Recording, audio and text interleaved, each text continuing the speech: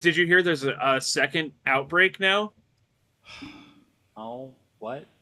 Thank you for Yeah, the. this one is affecting I want to say it's cilantro and parsley. I could be wrong about the second one. It's definitely cilantro that is This affected. is the cyclosporius. Yeah, Yeah, cyclo whatever. Yeah, it's a second outbreak alongside this other one. not the Fuck. best herb if you don't have the genetic condition. Uh-huh. Freaking love cilantro. What sucks is cilantro is almost always used cold, like, fresh, just kind of chopped. Right. You have to heat this shit up to 151 degrees to like neutralize it. Yeah. Oh, it's the same thing with the lettuce. They're talking about in order to remove the parasite, you have to cook the lettuce. It's like, well, I don't know of anybody who cooks lettuce, so. Yeah, Yeah. you have to like really, really cook it to death and back. Like, Hmm. and that's people are coming up to me at work and they're like, "Oh, I can just like, like boil it really hot, right?" And I'm like, "The amount that you would have to boil it makes it not worth having lettuce anymore." Yeah. Mm-hmm.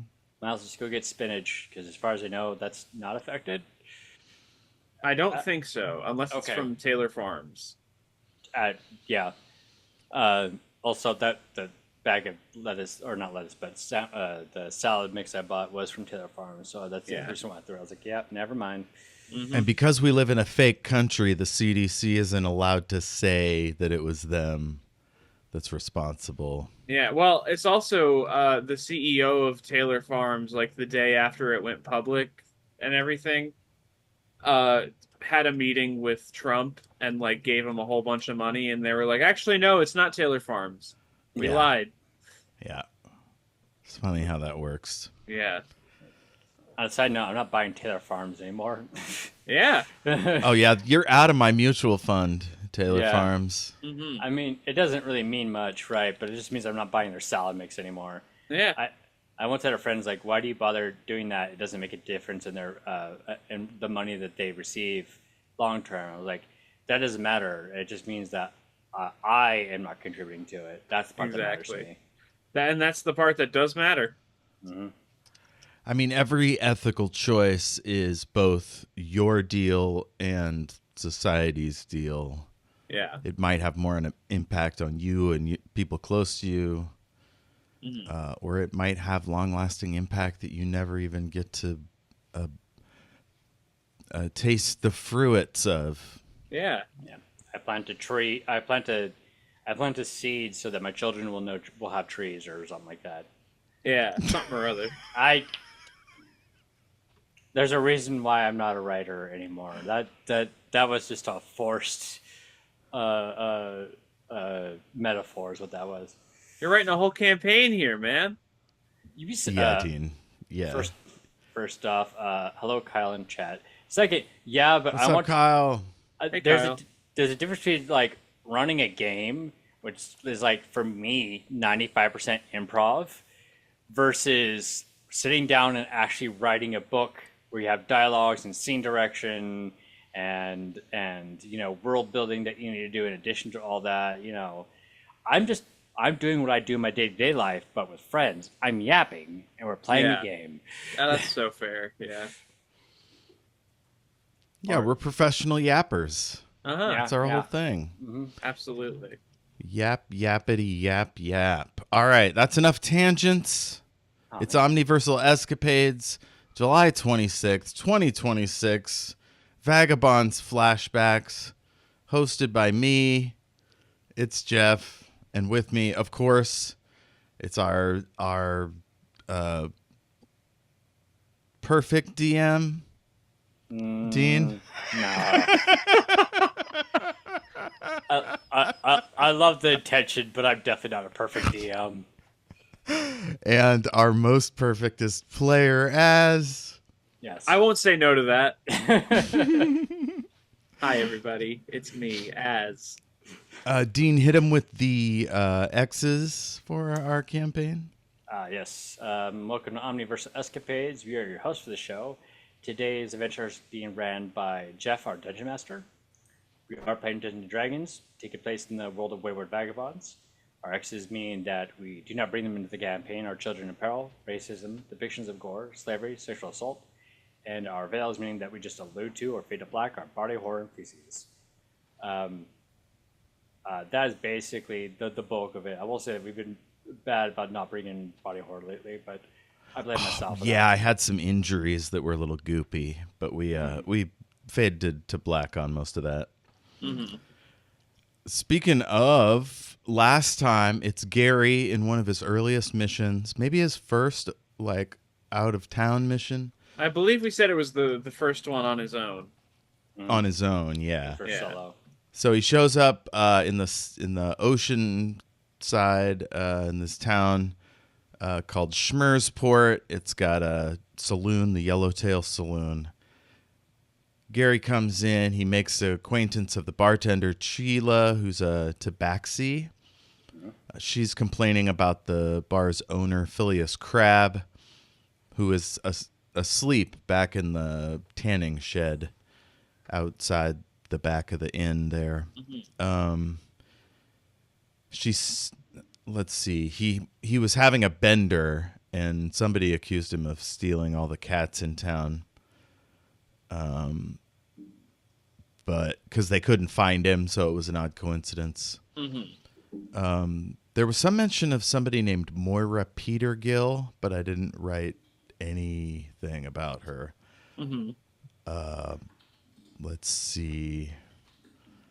The country is West Hayfist. Is that right? Got a Think so. constitutional monarchy. Oh, you met Genthro, they them, J them.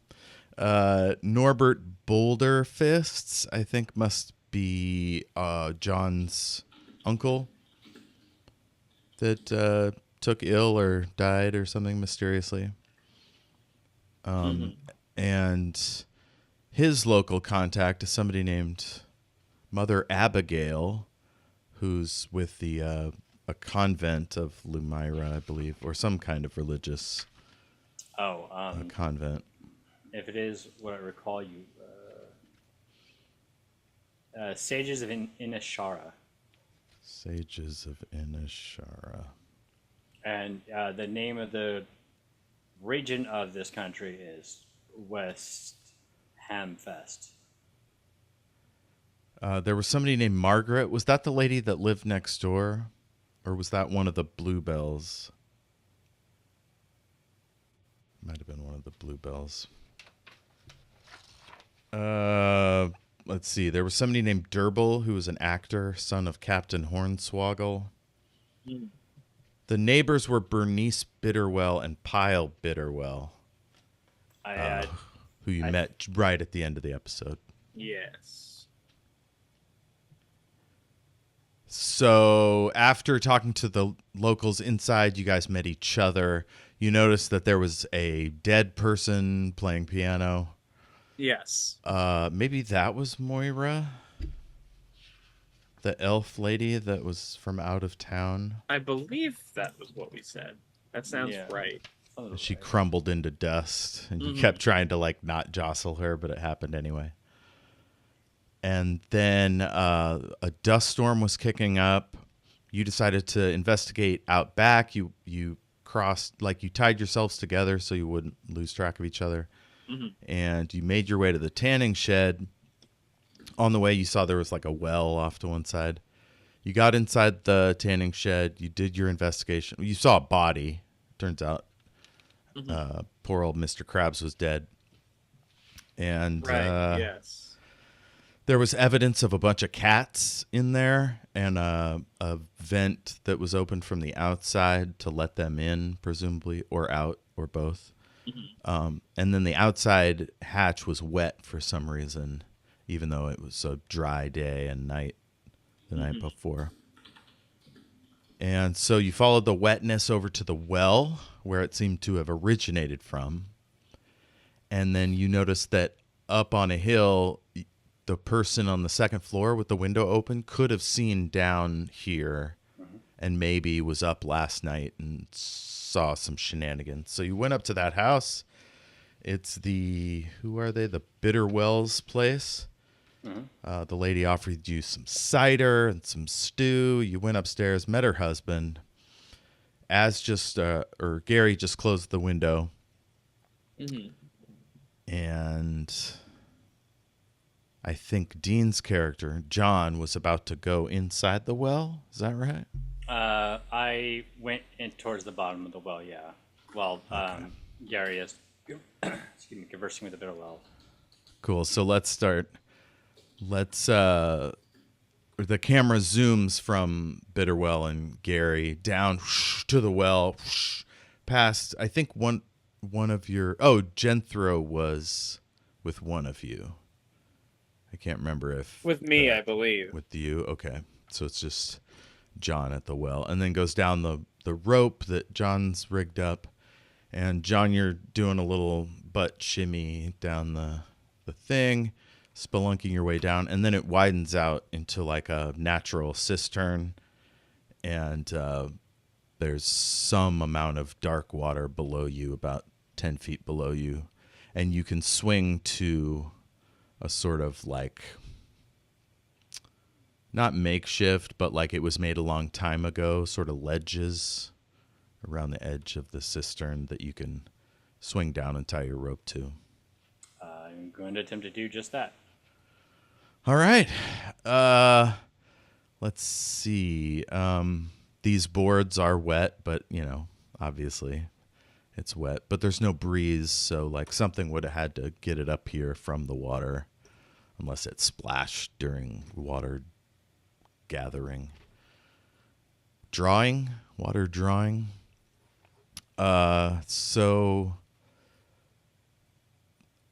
Is there another exit? I don't think there is. No, it's just, it's just a natural well.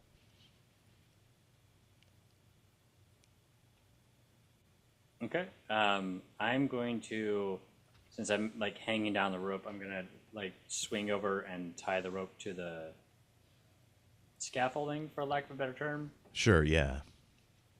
So it's easier to get out back if I need to later. And then I would like to do a perception to kind of get like a lay of the area, look for, because I think you said there was wet foot tracks, if I recall right. So I'm looking Yeah. like signs of movement down here. Yeah, these things are set up kind of like steps, so like, yeah, you can see where a wet person walked barefoot up the floorboards. I notice you're a human, so you'll have to have some kind of lantern. Maybe Genthro gave you the lantern. Yeah, I'm checking to see because sometimes they'll just give it in your adventuring pack. Well, You don't have anything that glows in the dark on its own, I guess.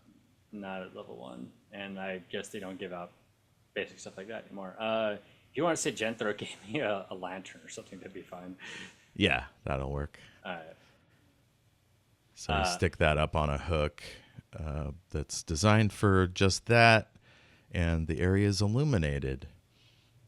And now that you get some more light, you can see that the water goes down anywhere from 5 to 15 feet, and there's a dark void area headed north, which is kind of towards the coast, but like into the hill that house is on. Okay. And you said I do find like foot tracks or Yeah, they come up from the water.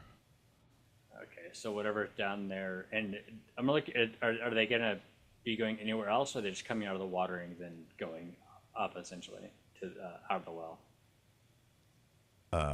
Hard to say. You think this person might have had their own rope, or yeah, let's do an investigation or perception rather. Okay. And my perception is a +2. 14. 14. So you see some like kind of holes that were part of a a cable system that's no longer there. Hmm. It goes up along the edge, so they must have like climbed freehand up those holes and then up through the well. So they're a really good climber, and to do it wet, like they must have pretty good strong hands. And also very determined because it means there is an exit besides there. What you said. It's going further downstream, but they're very determined to go up the well instead of out the other end. Right. Which makes me wonder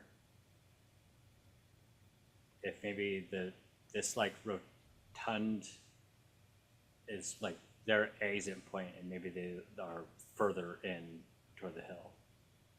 Yeah, it's possible that there's another exit in the water, but you don't see anything on the walls here. Okay. I'm gonna go through the tunnel to see if I can find more signs of like movement from this mysterious creature. It would be underwater. Oh, okay. Well, I don't think I could take a lantern with me.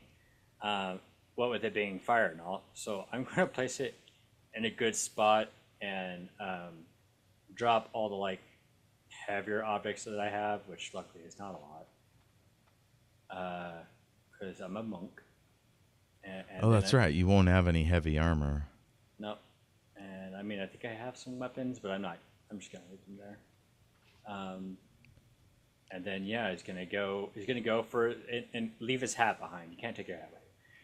Yeah. So I'd let you take your crossbow, your hand axe, scimitar, short sword. That shouldn't be too much to stay afloat. I will just take a hand axe with me as a precaution. Okay. Perfect.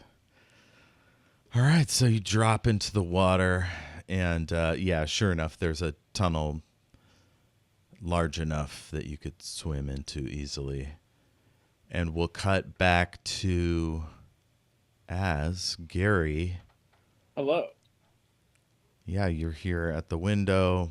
The wife has come up to the doorway holding a tray with some teacups. And guy's still in his chair looking haggard. All right.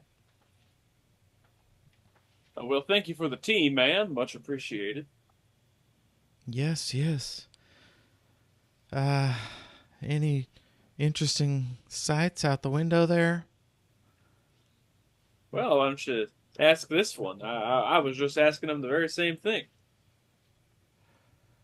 Oh, yeah. I was telling him about what I saw last night through the window there. Spooked me. Honey, I don't know what it was exactly, but it looked to be in the shape of a nude woman. And she did advance across the courtyard there to the tanning shed. And I saw a bunch of cats coming in from all directions. And she said, "You saw the cats? And you didn't say anything? People are looking everywhere for them." And they start bickering. Well, now, hang on. We may have found the cats, but we don't. There's no way we could have rounded them all up, you know.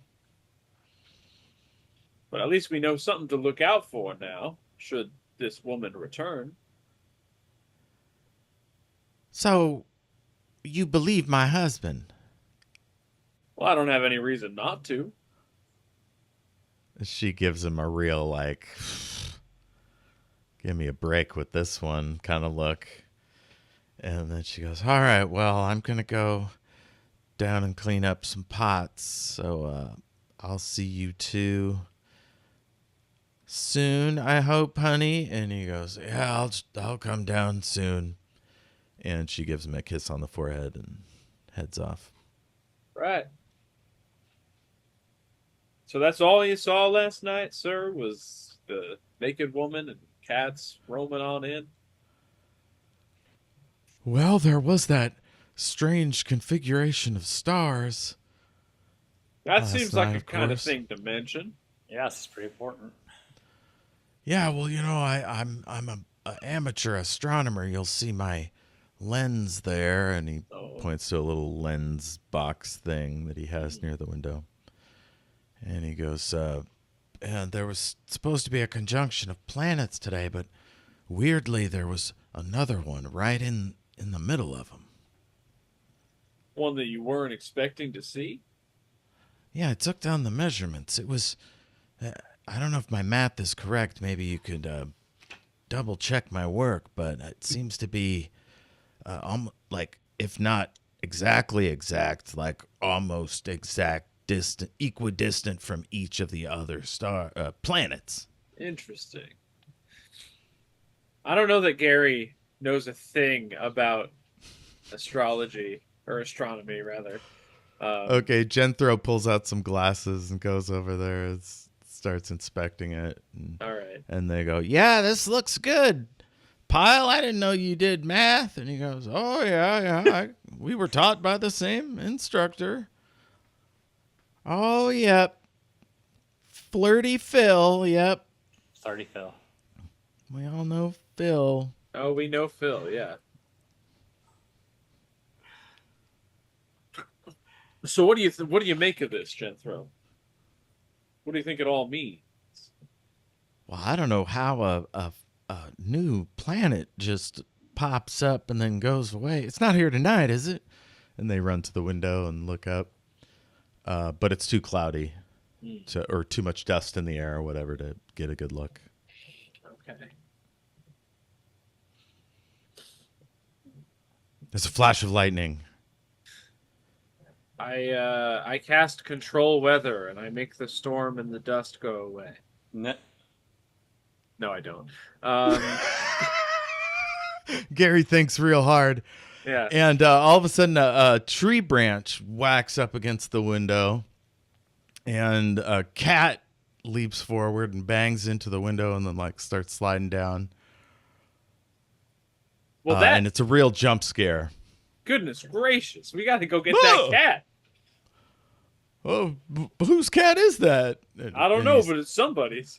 He struggles to his feet and starts lunging his way toward the window. Yeah.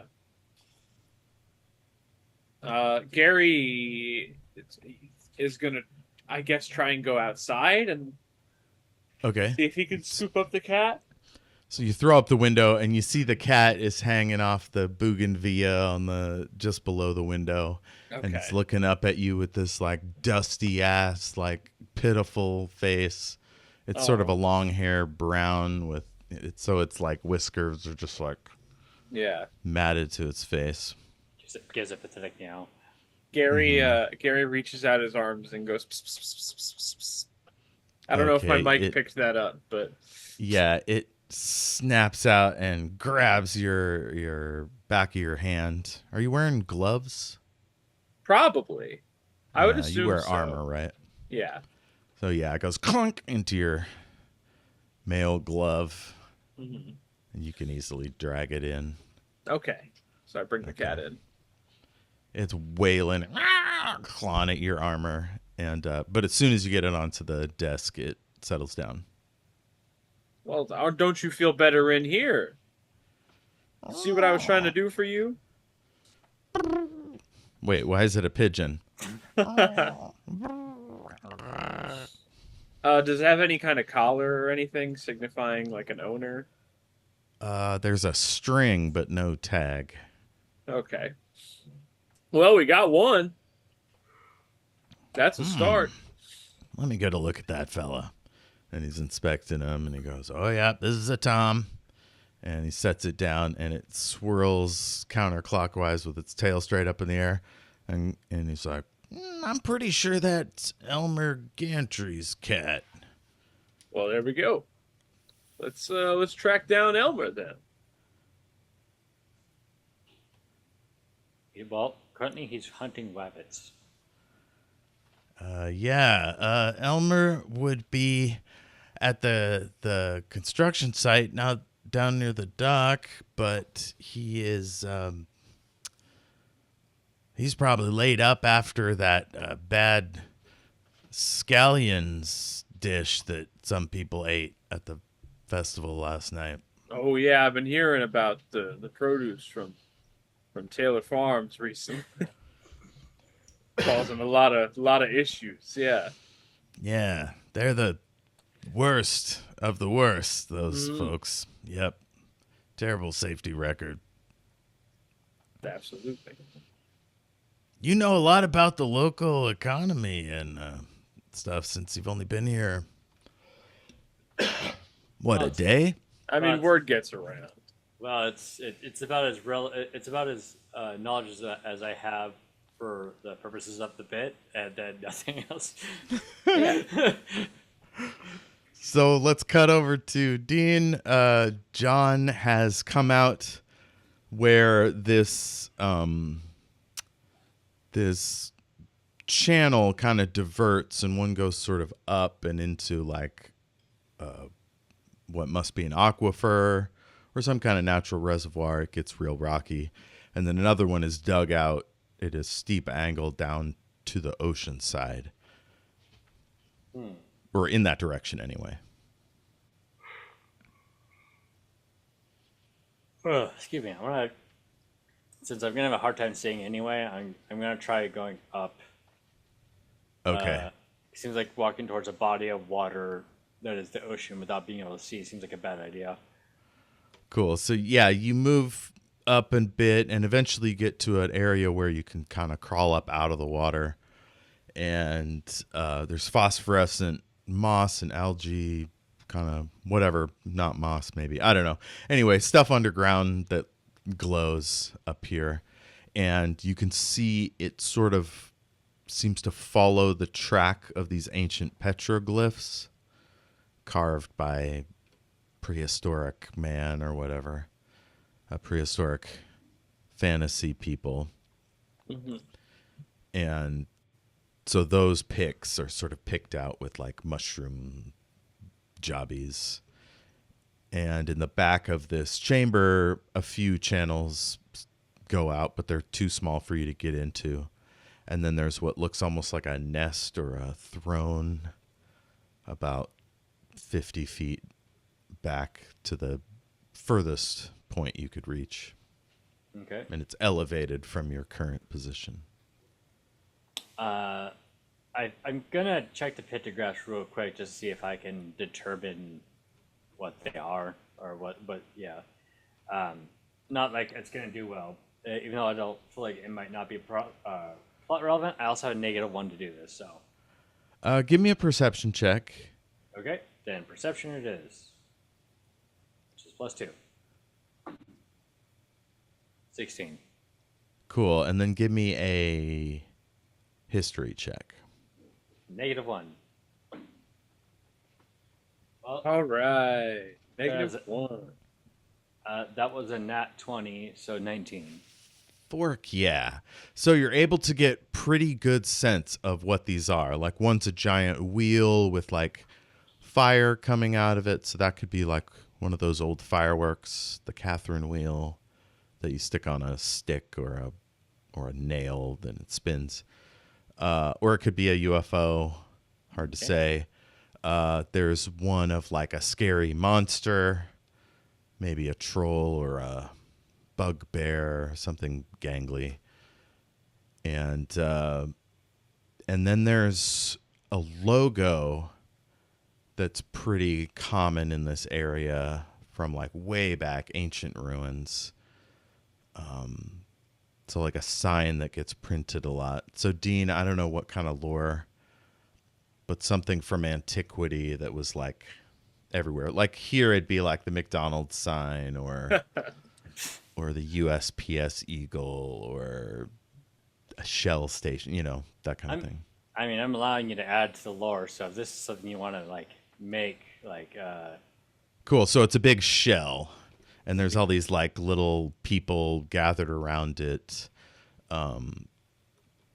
hands over garbage fires. What do you call it? Oil can fires. Those things from the movies. Yeah. So trash can fires. So it looks like there was some kind of breakdown in society, and civilization was kind of pared back, and and these people had to hide in places like this to stay alive. And then at some point they would have left, and it looks like all the phosphorescent stuff has been scraped away closer to that throne type area. So maybe you'll be able to get a better look at them if there are any over there. Of course, you don't have any light. Right. I was gonna say I can't believe in 1,000 years that company still has not changed their logo. I feel like that is bad advertisement. On account of the whole apocalypse thing. Anyway, let's go check out that throne. Okay, so you pad your way up there. There's little like stone bridges. It looks like they carved into like, what do you call it? Place to put wooden posts for railings along the edges of these bridges, but they've rotted away. And yeah, you come up to this topmost dais type area, and there's a sort of like throne made out of repurposed wood and blankets and pillows, and there's art objects dotted about, and there is a, what do you call it? There's like a sphere on a pedestal that looks like all these interlocking sort of wire copper plates, but you can see there's like a swivel, so maybe it opens up, but there's a tiny amount of bluish light seeping out through the cracks in that thing. Not enough to see the walls, but enough that it's noticeable. And that's right next to the throne. Solomon the Wise. Is that a Palantir? Sorry, that's a bit of a deep cut. It's just gonna go over. It's like, well, first off, I like the fact that they're upcycling rather than just buying new, but obviously someone lives here. I'm gonna check it. Are the clothing on the not clothing, but the textiles on the like throne, are they dry? Are they wet? Oh, they're wet. Like, do they feel like they were recently wet, or like they were wet and then like left alone? I don't know how to describe it. They seem to be like, they're like burlap sacks and stuff that's like used outside, so like it can get wet but not like disintegrate very quickly. So it's clearly somebody that gets wet a lot made this bedding. And then I'm gonna look over it smells kind of mildewy, but there's also a nice like cinnamony, all spicy scent as well. Someone stole some burlap sacks and some Old Spice, I see. I like that Freight Train Fists is like Tom Baker just talking to himself out loud. You know, sometimes you got to process the information in front of you, and sometimes that's talking aloud. Hell yeah. It's going to go over what I'm going to call Palantir until you tell me otherwise. It's going to go over to the Palantir. Cool. So it's cool to the touch. And yeah, as soon as you touch it, it's clear that it's designed to spin counterclockwise. There is a latch, but whoever belongs to didn't latch it. I'm going to unlatch it then and like see what's inside. Sure, you twist it, and yeah, apparently that copper cover basically is designed to let less or more light out, and it just fills the chamber with this bluish white light. And you can see, sure enough, the petroglyphs, not only are they cleared of spores and all that, but they've been like re-outlined with charcoal and chalk in some areas to provide contrast. Almost as if the person that lives here is researching them, or, I don't know, trying to make them look like they're supposed to. Okay. Can I get can I do an investigation roll just to get like a general idea of what this person is doing with these pictographs, like what they're trying to find out, or what they're doing with them, basically. Cool. So yeah, roll an investigation, and we'll see how that goes. Well, you know, My bad Minus one. my good rolls had to end somewhere. Um, with my -1 as 7. Hmm. Okay, we'll cut back to our boy while Dean's studying the pictographs or petroglyphs, whatever. Hmm. Cut back to what is Gary doing? Gary is trying to take care of this poor cat. Um, Yes. there's because he's the only one wearing armor who is, resistant to its claws. So he's trying to, coo at it, care for it a little bit, make it feel safe. Um, Adorable. Let's get an animal handling check. yes, I I'll forgot that give you that's. advantage if you can give it some food. I was gonna say I'm gonna probably ask the woman of the house if she has any leftover scraps to feed to it or anything. Okay, yeah, she comes up with a cup of stew meat and hands it to you, and she says, "Oh, that's old Elmer's cat, Lipstick." Oh, lipstick. Okay. When he hears his name, he's like, Oh, lipstick. Here, have some stew. okay, he Um, goes to town on that shit.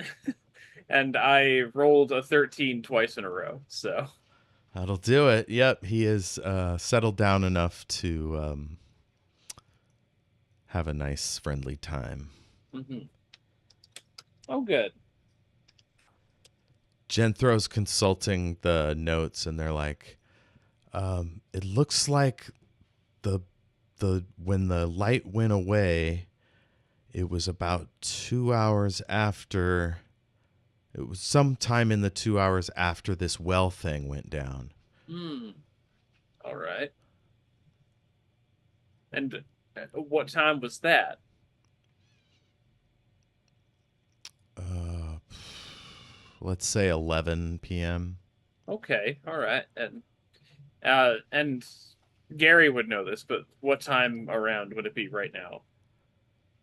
Let's see. I think it's. Didn't I say it was twilight when the adventure started, or it was I getting on? So Yeah, I I think it's think probably so. like 6 p.m. Okay. Well, it The, seems like we've got something to do around 11 then.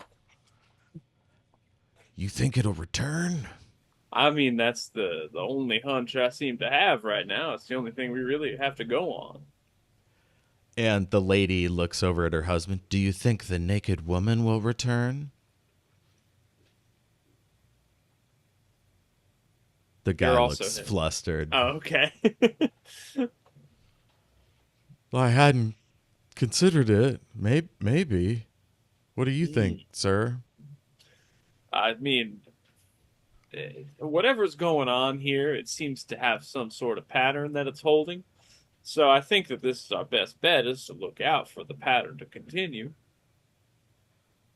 Okay, you see through the window, Sheila has left the back of the tavern or inn, and the wind's still swirling up a storm, dust blowing in her face. She's got like a bandana over her mouth, and Mhm. she comes over to the well and is examining the rope that Dean's character tied to everything, and she looks really irritated that she can't draw water because there's all these ropes in the way.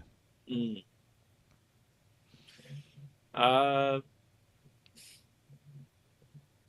I want to say like I would go talk to her, but I don't know. I don't know if I That's want to cool. brave the storm again. Would you make me roll again to? No, no, no. Oh, okay. All No, right we're then. Yeah, past the like force spookiness. I mean, I did just do a cat jump scare, but yeah. yeah, we could move Then past all that. yeah, I'll go over and talk to her and explain kind of what's going on.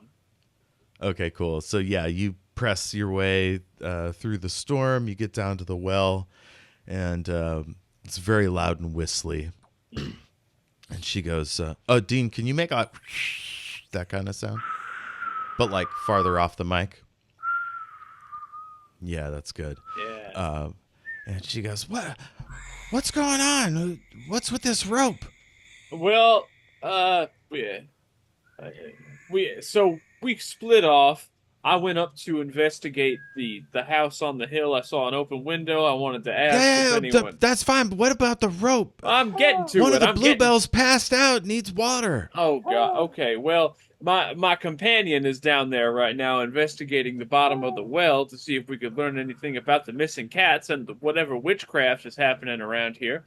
Um, maybe if we yell down to him, he might be able to come back up, bring some water. I don't know. Yell down to him.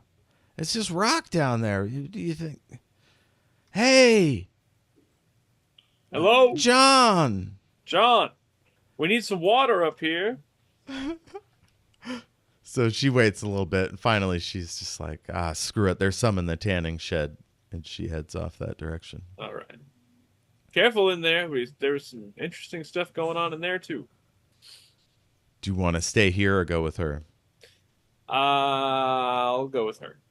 Or go into the inn? Yeah, okay. Yeah, you follow her into the tanning shed. She goes over into an auxiliary water tank. Jesus, it stinks in here. And you see that the guy has like started decomposing, and it's like a stench. It's sort of Billy. You can hear him like kind of his body kind of farting as it like. Yeah. So poor Mr. Krabs over here is deceased, as they say.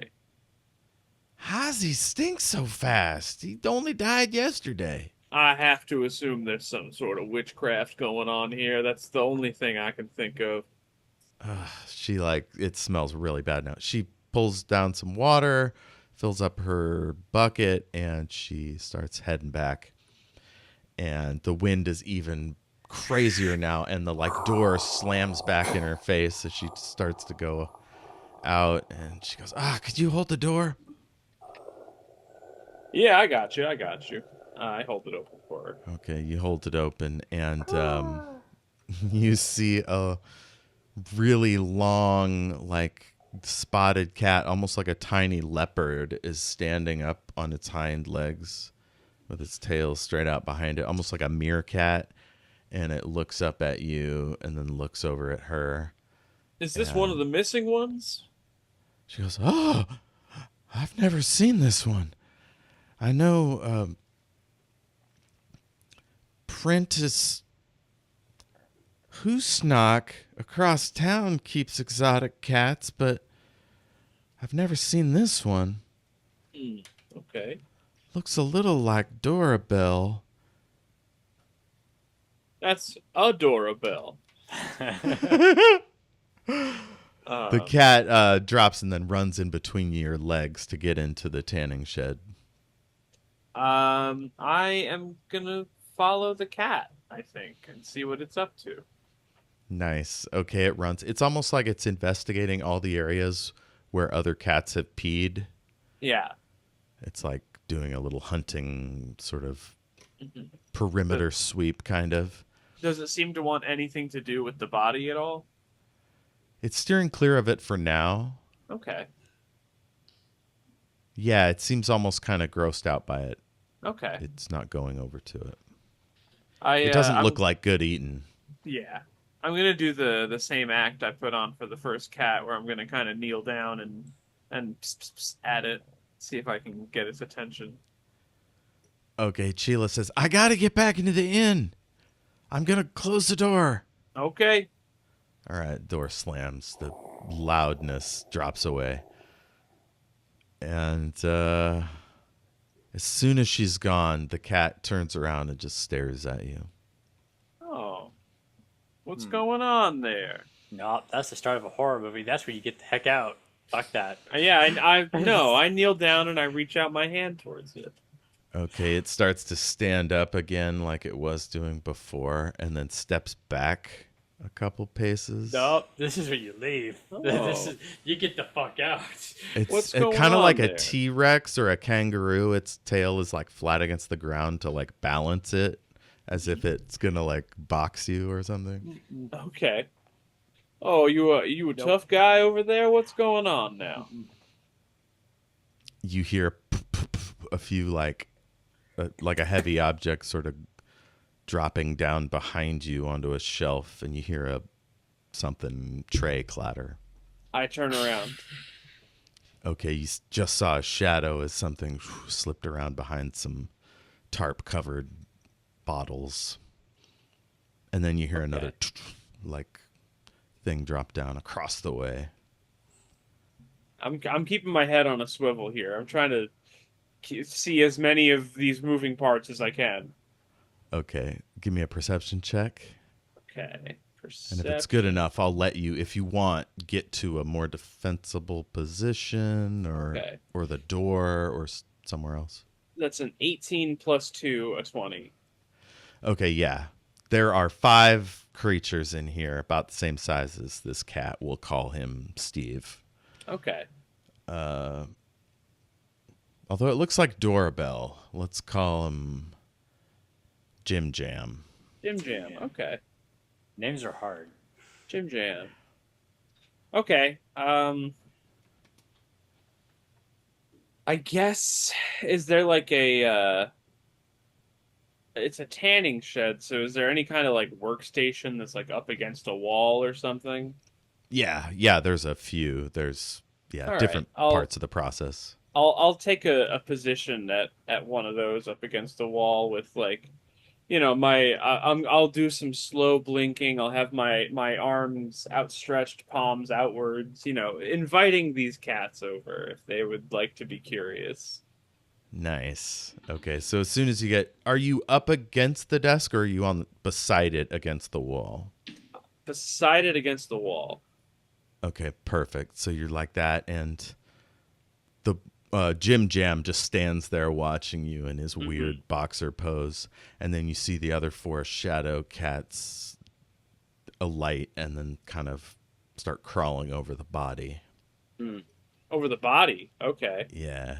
And they really look like leopards now as they like skulk over it, as if they're like hunting hidden enemies. Are they like they're like the size of house cats though, right? They're not like leopard sized.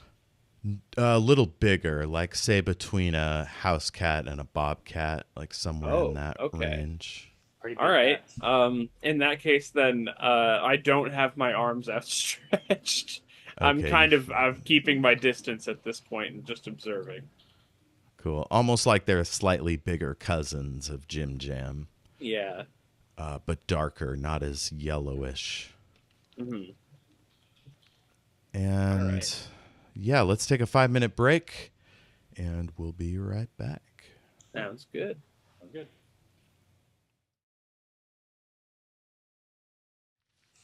Welcome back. Thank you. Um, uh, I hope everything came out okay. I didn't Is that use the restroom, so cool? yeah, I just Cool. got some water. It came out of the tap okay. Yeah. Well, it came out of the Brita, okay, but yes. Hell Same. yeah. Cool. All right, let's go to our boy down in the throne room area. You've opened the globe thing Mm.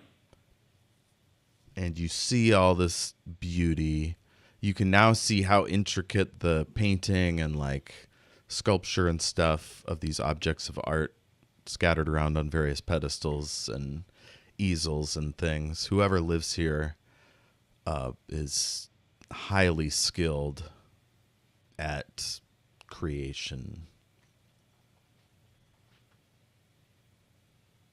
And you notice that one of them is a full on 3 dimensional representation, like a self portrait, you think, of the artist. Something about the way it's sitting. It's almost like a replica of the throne, but just sort of suggesting it. Person sitting in a regal pose. What does this person look like? At least what? Yeah. What does this person look like in the painting here? The face seems to be constructed out of like dried seaweed, so it's pretty smooth. But you can see where they've painted on in like glow in the dark paint features that look very similar to the woman that was dust at the piano. I'm I'm gonna look around Is there like a living quarters in here, so to speak? Yeah, behind the throne, there's just more tumbled burlap sacks and like discarded bits of like trays and cups and things that they haven't washed. I, I'm going to, because a person who lives in isolation has to, like this is just how the brain works as far as Dean is concerned. It has to interact with something somehow. So some people will do that whenever they're feeling alone. They'll just write stuff down. So I'm looking for like basically a journal or something. Cool. Yeah, you find a folded up leather sort of like oilcloth parcel under some, what do you call it? Burlap sacks full of bedding or whatever. You slide that out, and it's got really nice latches and clips and things. You open it up, and give me a history check. -1. 14. 14. You recognize this style of bag as being capital construction, like really elite, and it's the kind of thing that a university student might own, or a professor or something like that. And it has all these different like pockets and like boards that you can stick stuff to, and so it's like basically an artist can like display different types of examples of their art and also fit tools in the side of the bag. Mm-hmm. And sure enough, there's a bunch of papers in there. You pull them out, open it up, and it's kind of a drawing journal. Okay. So if you go front to back, you see that it's a very diligent student using very big words, and like it's almost indecipherable to you just in that it's like academic. The pictures are very like geometric and math, and there is a ton of math in it, like all these insights and things. And then the person becomes an elite practitioner and is given like a award, and the journal entry says like, I have received my sash, but I am no greater, still mortal. And then it continues. There's a bunch of coded pages and a few things like glued in that are also coded that you can't make any sense of. And then it gets really weird. The last couple of pages are just like fanciful and strange, and something about the power of the new form. Oh. I'm gonna look around either with this. I'm gonna call it a binder for lack of a better term for me. Uh, this binder around the area. There's maybe like some kind of cipher for the pages that I couldn't understand. These not from his lack of knowledge, but you said there was like written in code, basically. Yeah, I mean, you could look around the whole area to find like a favorite book or like a little code book or some kind of switchy key box or something, but you don't come across anything specific. So either the person has their code memorized or they carry it with them, Right. or you're just not seeing whatever the key code is generated by. Dumb question, but how damp is the binder here? The outside's pretty damp just because everything here is, but the inside is perfectly dry. Which means they don't take In it out. fact, suspiciously perfectly dry. Even though you've had it open now for 10 minutes, it's like not dewy. Not that he would know a lot about it, but can I do maybe like a perception to see like signs of magic, or maybe that'd be Arcana. I mean, Does he have any familiarity with magic? he can. You can argue he has a passing familiarity with the the paranormal, because as a monk he is taught to channel ki, but that's a you call if that actually applies or not. Well, this is your world, so let's work together. I'm gonna say they are taught all these ancient like call and response sutras that, and some of them have to do with fighting supernatural beings as if they're like actual physical things. So they give like tactics and stuff, or like what time of day you're supposed to fight them, stuff like that. So yeah, if it's related to that, you might get it. Give me a history check. I mean, nothing else. You can always just give me like disadvantage on it as well if you want. Oh yeah, that makes sense. Disadvantage, yeah. Because like I said, the most I can really justify in that aspect would be like a passing. Because like key and magic are not the same thing. They just kind of present the same way. I'm sorry, I forgot if I'm at a D20. There it is. Okay, history you said? Yeah. Okay, history is at -1, so 10. 10. Okay. So you can't really detect any obvious signs of magic, but the fact that this stuff is staying dry even when it's open is interesting.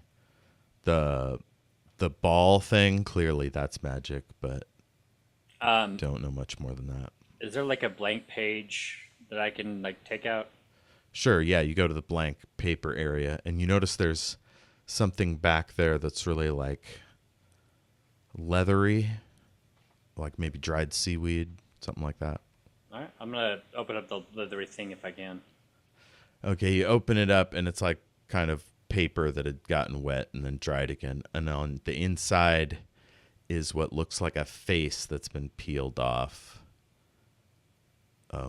but made of seaweed. And it looks even more like that lady that was at the piano. Oh, isn't that just creepy?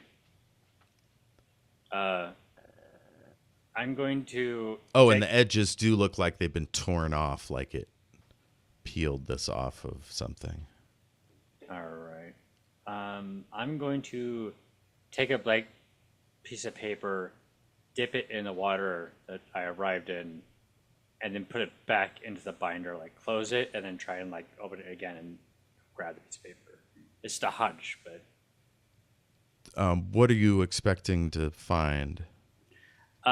judging by how the binder on the inside is suspiciously dry, and though I've been in here for 10 minutes, which means that something is protecting the pages, at least in my head, or drying the pages, one of the two. So you're trying to figure out if you soak some water, put it in there, or soak some paper, put it in there, does it immediately dry out, or does it just stay wet? Basically, yeah. Okay, yeah. So you close it, you open it back up, and it's still about as wet. It seems to have like leaked into the stuff behind it, but they seem unaffected. Fair enough. Toss that paper. Okay. Well, I don't think I could take this with me as a proof of as evidence because it's paper and leather. Do I see anything else in the room in this cistern? Oh, and did I get anything on my 7 regarding the investigation roll that was pre-break? Your was that of the petroglyphs or was that of the area? That was of the petroglyph, specifically the person that we're investigating. You said that they were doing something in addition, like they were doing some kind of investigation from what I could pick up. Oh. So I was trying to figure out what, in a broad sense, because obviously I wouldn't know specifics, but in a broad sense, what they are trying to do with this. It seems like they just make art, but something changed in the last day that changed up this person's vibe. Okay, and there is no other entry or exits for a humanoid, right? I know you said there were some... Right, you'd have to be a crocodile or a snake or something to get up these channels. Or a cat. Or a cat. Yeah. Okay, I guess I'm going to pocket the face. That's a creepy thing to say. And then I guess for lack of further evidence, I'm gonna swim back to the well. Perfect. Okay, you're swimming back to the well. Let's cut back to our friends at the well. Uh, Hello. or I guess you're still in the tanning shed with the cats. Well, yeah, close to the well. So the four shadowy cats are kind of skulking around. They're crossing over the body, almost as if they're like accelerating its decomposition. Have you guys seen Twin Peaks: The Return? No, sorry. Okay, there's this horrible scene, like really unsettling, so I won't get into it. But there are these little guys we call the creepy lumberjacks, or like dirty lumberjacks. Anyway, they like crawl over this body until it somehow like dissolves into its essence. It's really unsettling, very scary noises. But they're doing it silently, and the guy seems to be like sagging even more and more, like fart stink. Miasma. And Jim Jam just stares you down. Jim Jam, you know anything about what's going on with this, my friend? No. Psychic attack. Whoa. Wait, for real or no? Yeah, give me a wisdom saving throw. I thought you were joking. Okay. No, you got to beat a 12. A See, wisdom as saving throw. this All is right. why when spooky shit happens, you don't stick around. You just get the fuck out. Listen, we got to investigate it somehow. All right, wisdom saving throw. That is going to be a 12. 12, perfect. You feel like this creature's thoughts are kind of trying to creep into yours. And you realize that it can sense your thoughts, but like it's trying to go deeper. Okay. Basically, the detect thoughts spell, they're using it on you. I think about the Meow Mix theme song very hard. Hell yeah. It cocks its head just a tiny little bit, looks back at its fellows, and then drops down to all fours and gets in like a, I don't know, a pouncing stance. Real quick, sorry to disrupt you. What is that? Could you show me what that how that would be represented as? How you're blocking out the psychic attack here? Oh, as soon as I sense that it's in my brain, I go meow meow meow meow meow meow meow meow meow meow meow meow meow meow meow meow. Super annoying. Yeah. I'm gonna do Cars for Kids next. So yeah, it stretches way out and its tail's whipping around, and then it puts its hand over its ear and it starts to grow. Oh, okay. And lengthen and like fill out in interesting ways as it. I put my hand at my side to draw my weapon if needed. Yes. I'm readying an attack. Now, technically, you were attacked, quote unquote. So if you want, we can start initiative. Okay. Or you can just wait. It's up to you. If that's what's happening, if I'm being attacked. Well, it's your call. Like, you can consider this an attack and start fighting, or you can, like, let them try it again. I don't know. I think I'm going to hold my action until there's, like a threat to me, you know? Okay. So if they do it again or something. Exactly, yeah. Even if they do it again, if I feel like I could keep singing Meow Mix, but like if they're gonna start like taking swipes at me and stuff with this like big hulking form, that's when I'm gonna. Because in Gary's mind, this is still somebody's pet cat, and he doesn't want to start killing people's pet cats. So it starts stretching around, and it becomes like the length of a cheetah or a leopard, keeps going, and it starts to fill out like in distinctly mammalian curves, and the hair starts to grow a little longer, and it indeed looks just like a naked elf with rockin' curves and dark brown hair. Oh, well, and this is an purple interesting. lipstick and like kind of a glittery mascara. Gary averts his eyes. Pardon me, ma'am. I'm so sorry. Can you speak, or are you still a cat? She like stretches one leg out and slides forward and kind of gets up and just, I don't know, she's completely on display as if she's trying to intimidate you. I'm And intimidated. she says, "Good day to you, friend. What brings you to this village?" I'm on a job trying to find some missing house pets. I'm sorry. Could we get some sort of clothing on you? I'm so sorry. I he is not looking at her in the slightest at Yeah, all. Okay, so you just smell her perfume, kind of a cinnamony, all spicy, but with like a faint touch of salt. She like kind of passes out of your peripheral vision, and she comes back with one of those really heavy brown aprons to keep all the Okay. guts and shit from the tanning process off Hmm.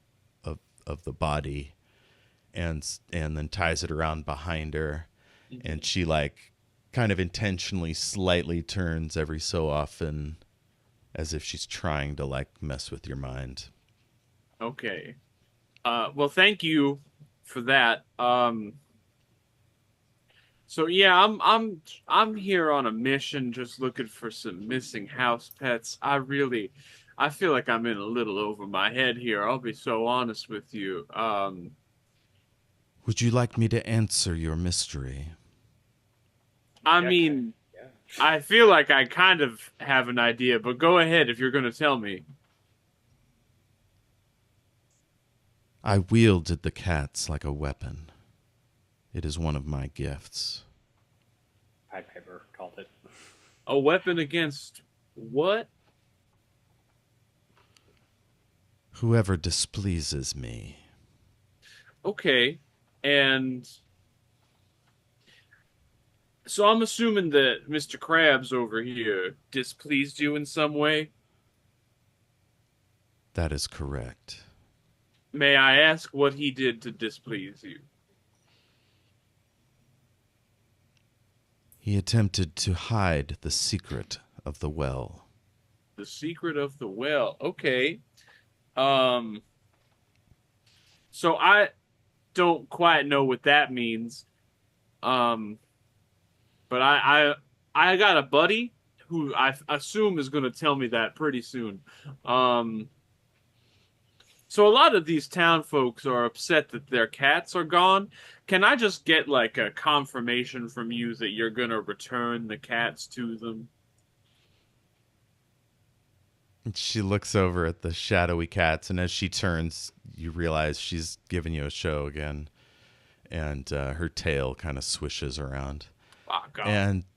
and the shadow cats have like completely opened up this guy's guts and seem to be like sucking some kind of reddish silvery energy out of his spine, and their like back claws are like kind of kicking out bits of goop like cats in a litter box, and she Okay. gets a little smirky kind of giggle to her, and then she looks you full in the face and says, "What would you do for ultimate power?" Okay. Ma'am, that's a big question. I I really this feels above my pay grade. I don't know. Uh I'm really trying to roleplay that this is Gary's first job on his own and he's in way over his head. Um what would I do for ultimate power? I mean, what kind of a question is that? Just tell me what you did. I'll do that. Okay, she zaps forward instantly, is like draped around you. Roll initiative. Oh gosh, okay. That's a nat 20 Nice. +2. Excellent. Now you can't crit on a initiative, so if I roll a 20, it'll probably go her way. Yeah, I should I just did go. not. Dean, you won't probably get here in time. So, but if you do, I'll give you an initiative roll as well. I don't think so, because like I still got to put all my stuff back on anyway. So like, Cool. So vampire-like, she just kind of whooshed into your personal bubble and is like draped one arm over your shoulder and another one down at your waist, and her tail is like going around behind your legs. Dean is concerned. It looks like we got a dramatic focus when you tilted your head down. Anyway, I wish yeah. that every time it did this to Dean, we got like the dramatic chipmunk stinger. Yeah. You remember that old video? I do too. That would be so funny. Yeah. This is why we need a soundboard for that exact reason. Somebody in our audience should make that. Yeah. Dun, dun, I mean, dun. theoretically, I could play it on my system and put the window in one of our windows, like that I use for the character sheets. But I don't think y'all on the call would hear it, just me and the listener. Listen, this is an easy edit for me later. This is a slam dunk I could definitely do. Oh yeah, no, So that's a super yeah. easy edit. once this episode comes out, remind me and I'll do it. Yeah. Somebody Hell yeah. tweet at me. Okay, so Dean, you get back to the cistern, and the water is boiling. Then, So yeah, I'm going to need a Constitution save. which I believe I have proficiency in. I'm gonna double check. Nope, strength or dexterity. So it's just Constitution. +1. 12. That is good enough. You take 4 damage, half damage from what you would have. And you'll have to get out of the water stat. You didn't hang extra rope down to the water line, so you are going to have to scurry back up onto the shelf, Yeah. the scaffold. Ooh, I felt like a frog in a pot of water.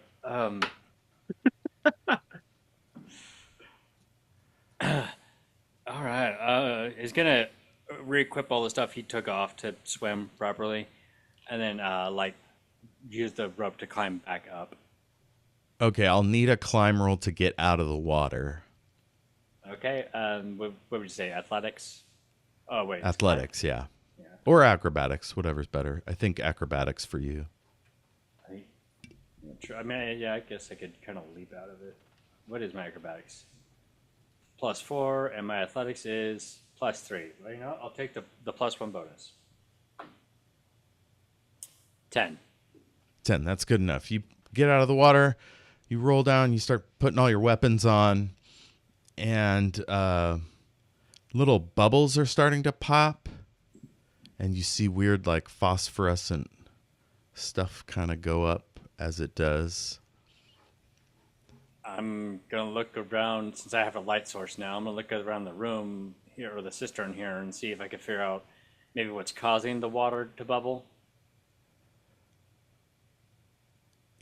Yeah, impossible to know. It's clearly magic. Okay. This is not a natural phenomenon. Oh, then he's getting the fuck out because Okay. yeah. He's Cool, smarter so- than Gary. Yeah, you tied down the rope to the scaffold so you easily scurry your way up out of there. As Yes. you hear some kind of commotion happening out in the yard, the wind has died down enough for you to hear something going on. Could be Sheila, could be the neighbors, you don't know. And yeah, she's about to like grope you or stab you or do another psychic. You don't know what.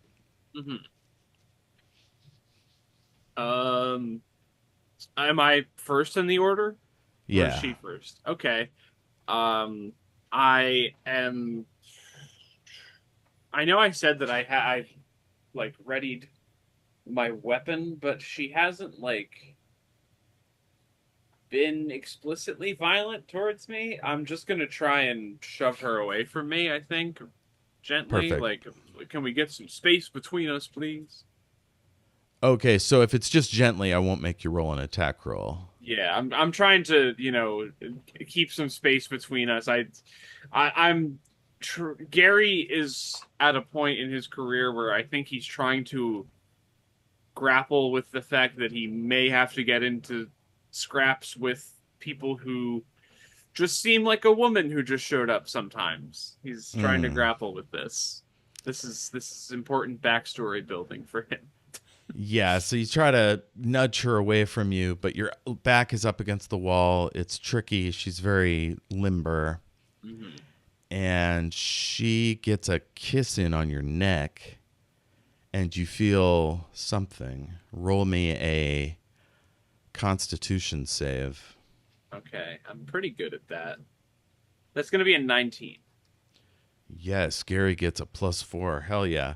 So, there's some kind of poison on her lipstick Okay, that it only does 1 damage, but it feels like something's trying to get into your bloodstream. You're not got sure it. what. All right then. But in game terms, it didn't do what it was supposed to do. Gotcha. Ma'am, if you do that one more time, I will be forced to resort to some sort of retaliative action against you, and this is your final warning to that. The 4 other cats all stand up on top of what's left of the corpse and stare down at you with their creepy, dead green eyes.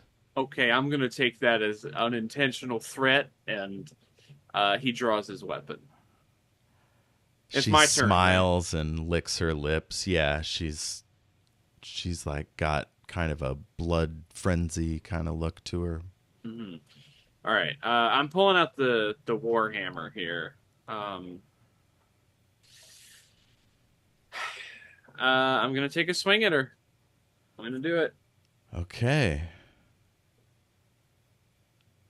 That is does a 15 hit? It does not. Okay, then that's a whiff. Okay. Also, a 15 not hitting is the scariest thing you've ever said to me.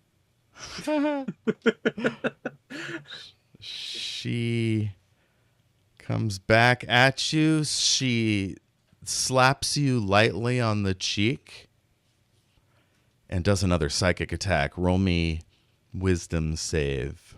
Got it. Okay. Still, I'm You need less a good at 12. that. Ooh, not gonna do it. That's a 10. Okay. Take 1 damage Okay. and you are slowed. Okay. So that's You half my move movement half speed. as fast. Yeah. And she giggles a little bit, and the 4 on the corpse all like pounce off to sort of make a line between you and the door or the ladder to the skylight, Okay. sort of cutting off your exits. Got it. Okay. And you hear more commotion getting a little louder out in the yard. Oh God. Okay. This is. I thought the commotion in the yard would be my friend crawling out of the well, but I'm starting to believe it may be something a little more sinister. Yeah. Hmm. I keep wanting to call you Freight Train. It still you know what? I'm just gonna remove the fist part of the name because that Yeah. it still works. Okay, freight train. Yeah, freight train, you tumble out of the well and clatter onto your sides, your weapons banging around against the side of the well. And you see like footsteps going every which way. The wind has died down a little bit. You can hear some kind of commotion inside the tanning shed, but can't really get much more than like a raised voice or whatever. Nothing Uh, specific. and just to double check, this like sandstorm is still happening, right? This windstorm or whatever you want to call it. Yeah, it's not as intense. Like you don't need to cover your face with a towel or anything, or your hat or whatever you used last time. I don't remember, to be honest, but I am gonna be walking towards that shed because it's still the path of the least resistance between me and the storm. So, Hell yeah. Okay, you get over there and you notice the air pressure's really low, like maybe a storm might be rolling in. And as you pull at the door, it doesn't want to open. I'm gonna try and force it open with the strength check, if you'll allow it. Cool. Yeah, give me a strength roll. You just need a 10. Okay. I actually do have. Oh, strength roll. That's right. Cool, because I got a 13. Cool. Yeah, you pull open the door and you see just off to the right a little bit a gorgeous naked elf woman squaring off with, well, elf woman but with a tail like a cat, and you realize now that she's got this like downy fur all over her and she's got a cat-like face, but she's almost completely elven, just with these odd touches. And she's got purple lipstick and glittery mascara or Freight train, eyeshadow. don't let her touch you. She's got some kind of she's doing things to my brain. His first response after forcing the door open with the high windstorm starting to pick up after the current windstorm is gonna be, I have sand everywhere right now. I am so uncomfortable. He's gonna walk in. Roll initiative. Well, that's a nat 20 before my bonus.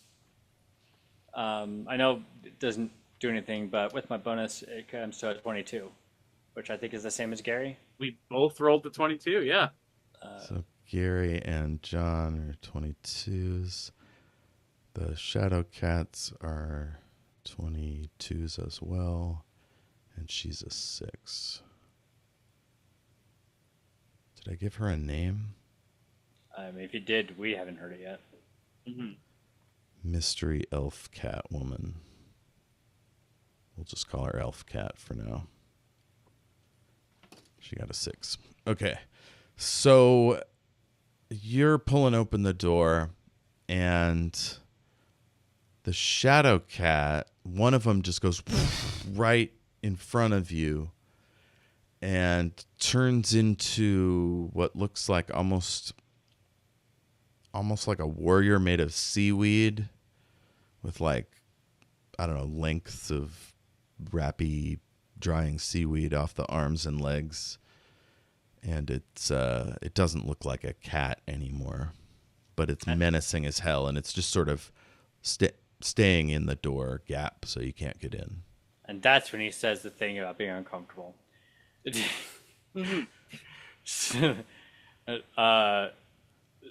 Is it my turn in the initiative, or is it still the cat's turn? He seems to be holding a grapple action or hand-to-hand combat kind of.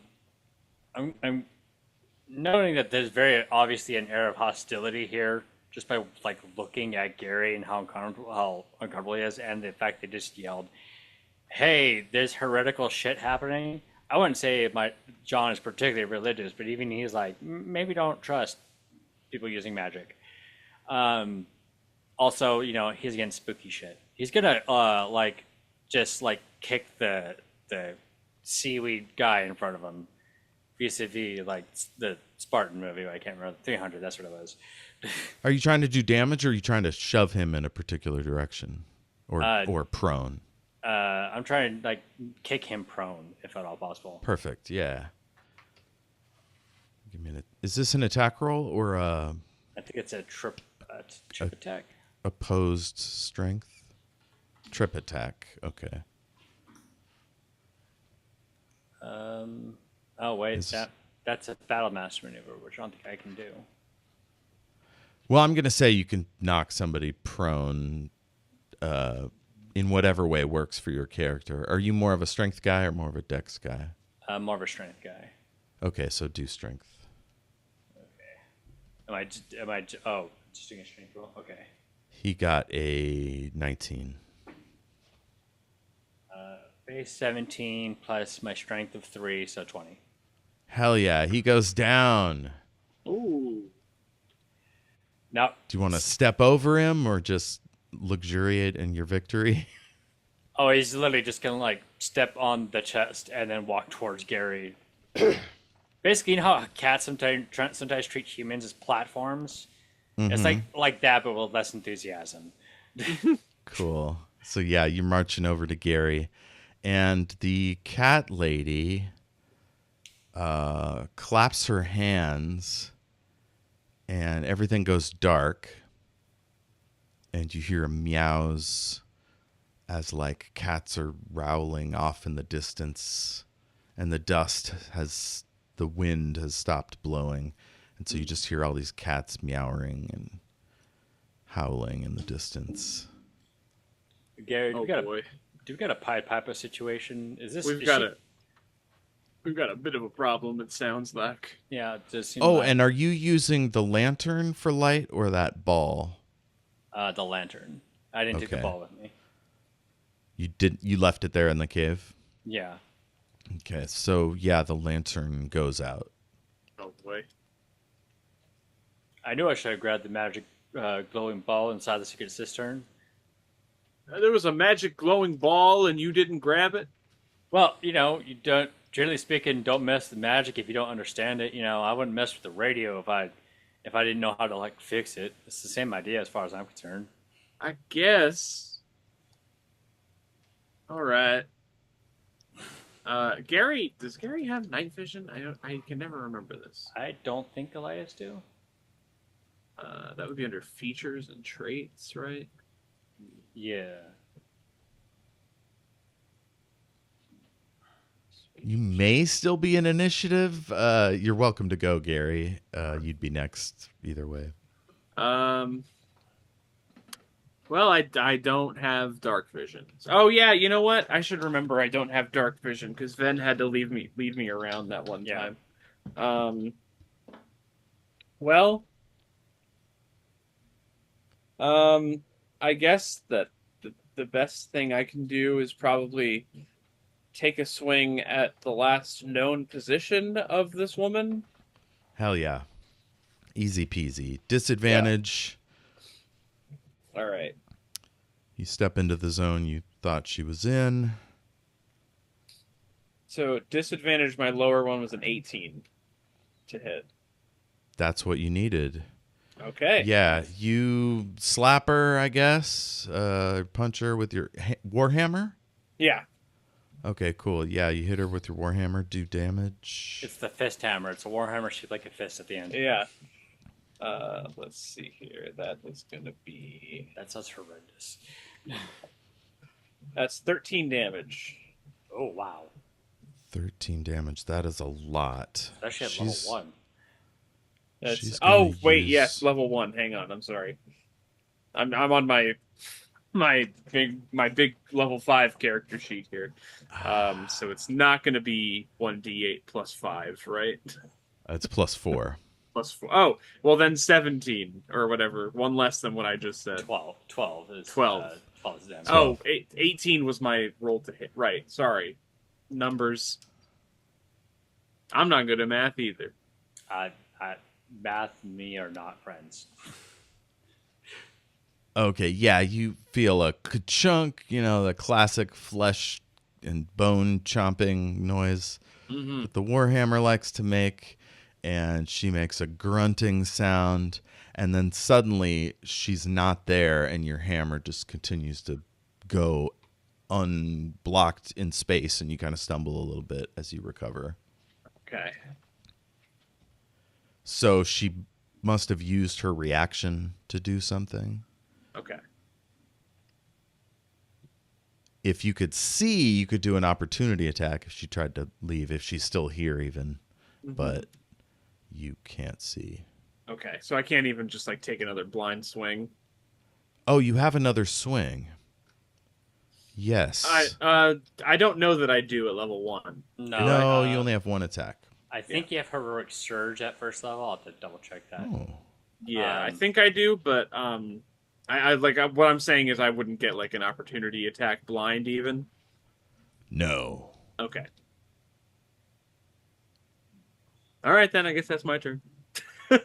Okay, would you like to stay put or Uh, I don't know what? I'm gonna use my movement to get as close as I can to freight train. Okay, cool. Yeah, so you step 10 feet to your left and you're at the open door with a tiny bit of light from the moon is peeking in. All right. You just get a sense of freight train. Mm-hmm. It's Shadowcat's time. That one hops up and grapples Freight Train. Freight Train, give me a strength check. This is going to be at disadvantage because you cannot see. okay. I luckily since they're doing. Is this a strength check or strength save? It's athletics opposed task. Oh, okay. Athletics. My athletics is +3. No. Yes. Well, I rolled a nat 1. Okay, so it has grabbed you and it is holding you in place. You're not just grappled, so you can't like escape easily. You're restrained. Okay. And then another one. Another one has grabbed you. What's your armor class? 14. Okay. So another one has grabbed you from the other side, and it's like wrapping up half your body essentially, and you feel yourself starting to like shake, and it feels like your clothes don't fit right, and there's a weird sort of light but not light pulsing between you and these creatures that you can just barely see. Oh no, is this my canonical death? Um, uh, Don't go towards that light, freight train. We need you. In the main campaign, we need you to show up at my final hour. right, I gotta show up at the last minute vis-a-vis similar to like Han Solo or something. Mm-hmm.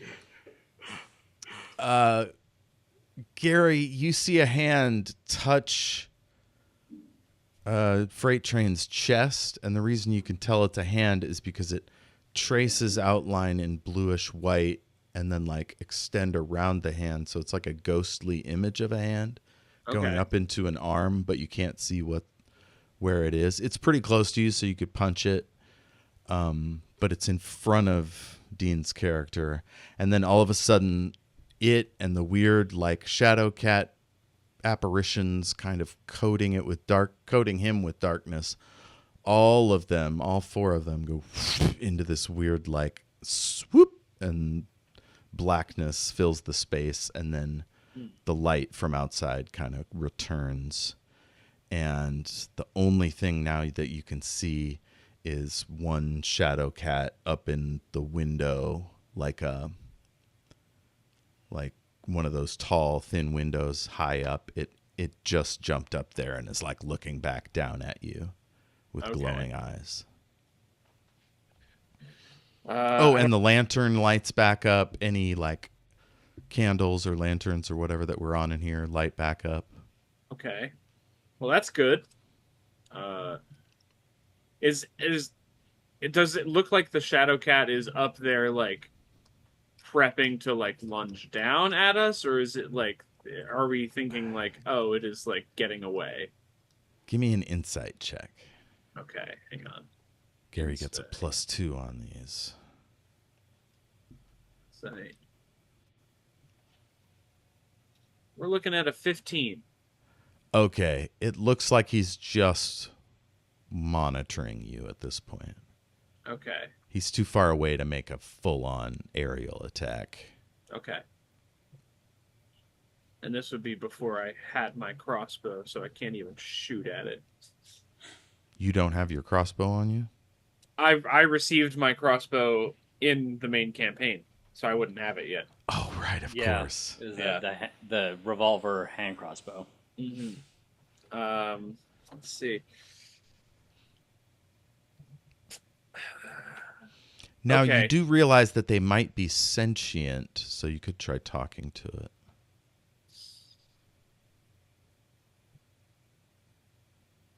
Trying to decide what I want to do. Um. Okay. Am I still like close enough to like a tanning table that I could like grab a tool It's off of it? right next to you. All All right. sorts of crazy things for scraping hides.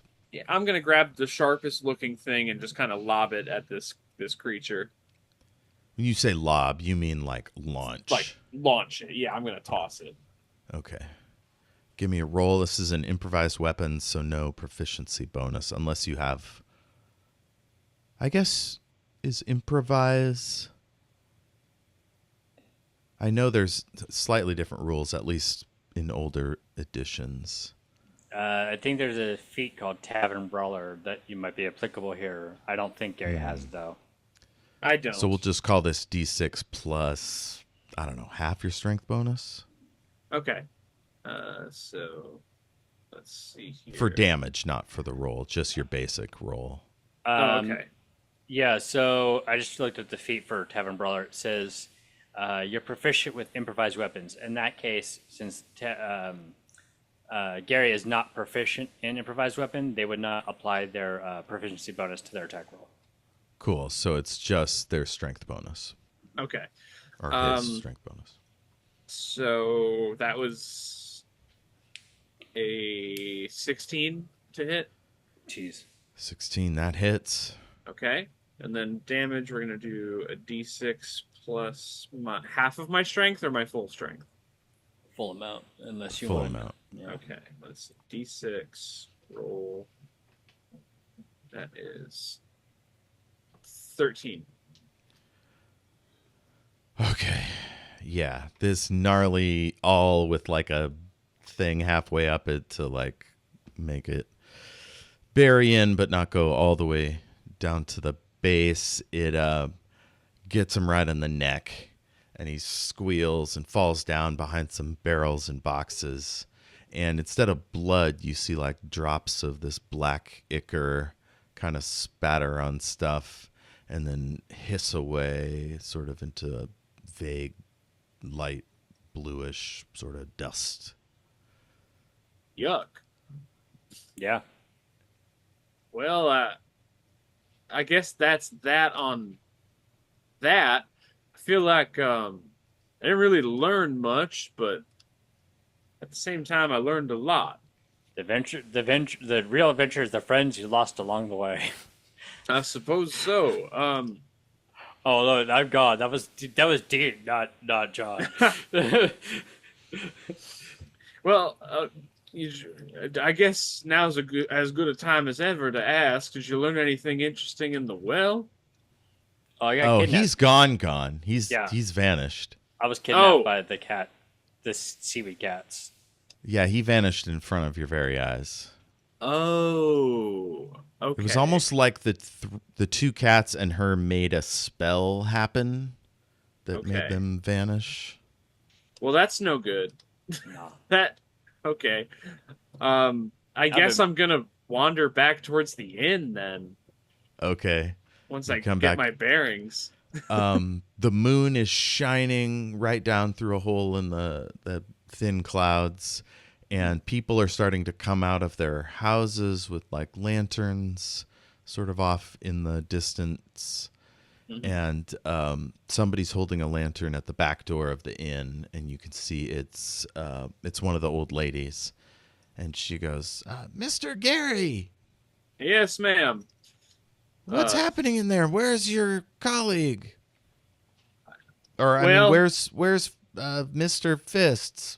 Well, your guess is as good as mine, ma'am. There is some real dark magic afoot here. I'm sorry to say. Well, they've claimed their first victim. Well, I mean, there have been a few. yeah. There was of like there have been at Different from least like two others. corpses so far that Yeah, we've uncovered. Well, and that's just Ruth. what we found. Ruth is who I'm thinking of, one of our bluebells. She just up and tension was too much for her. Heart gave out. Well, Oh, goodness. that's a turd. Mm-hmm. Well, freight train has been taken somewhere. Um, where I'm not quite sure, but rest assured, I am on the case. I will figure it out somehow.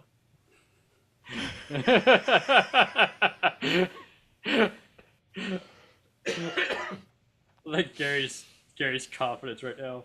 Yeah, I don't know how I'm gonna do this, but I'll do it. he's in way over his head, is the thing. Oh, don't worry, both characters are. Yeah. Well, you really are right now. Yeah, quite literally, yeah.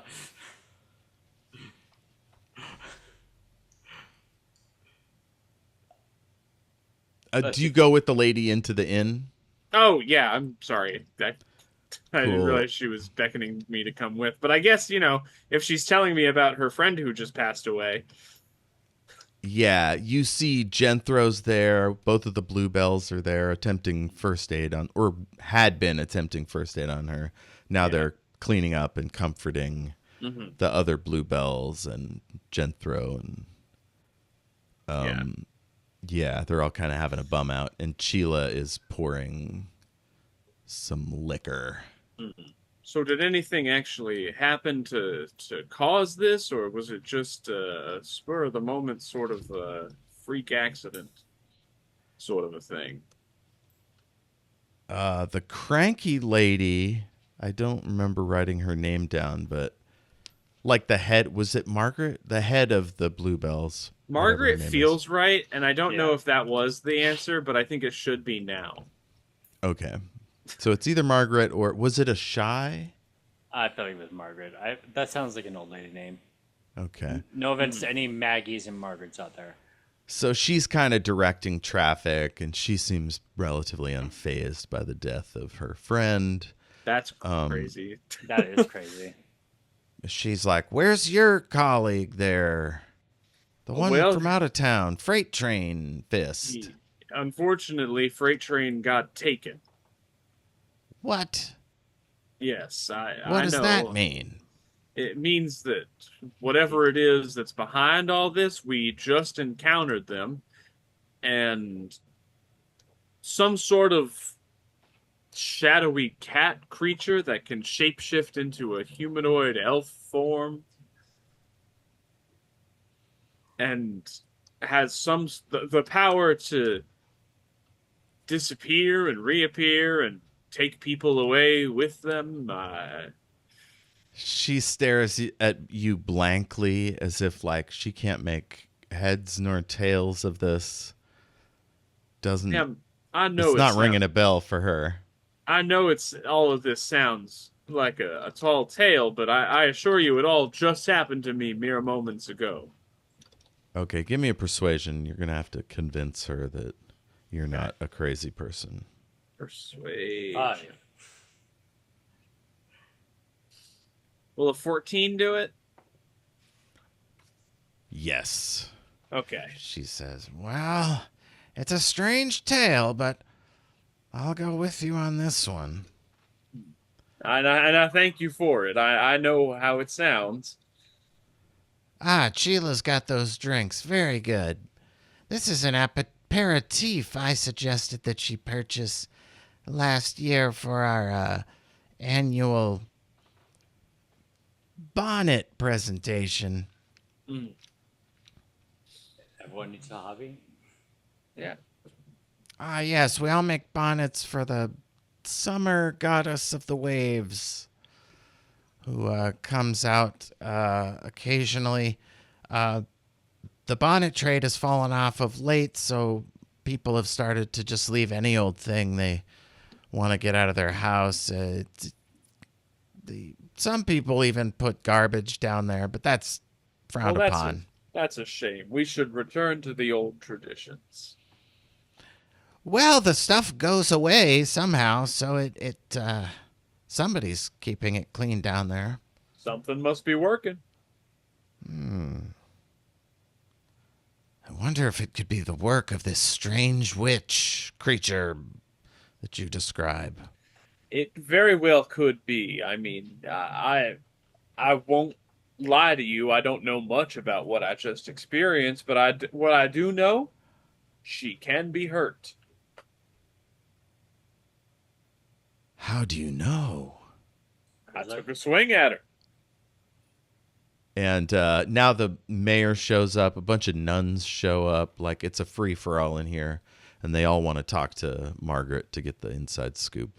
Hmm. So I'll say you have a minute to chat with whoever. All right. Can I talk to the mayor?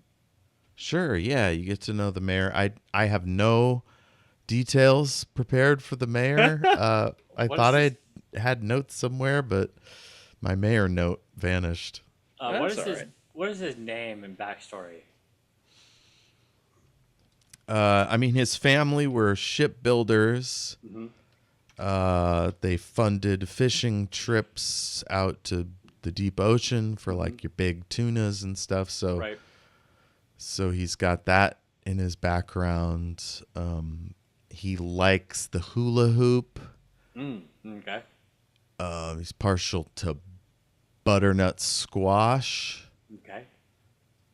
and hazelnut ice cream. Okay. I like this guy. Interesting choice. Interesting choice.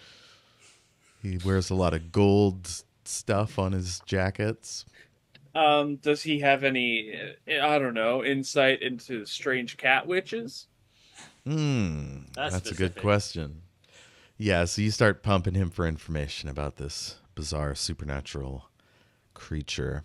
Mhm. Dean, you appear in the middle of the air and drop into this pool and splash down, and it's not boiling, but it's warm, and there's a blue white light just filling the chamber, and you realize you're back in that throne room.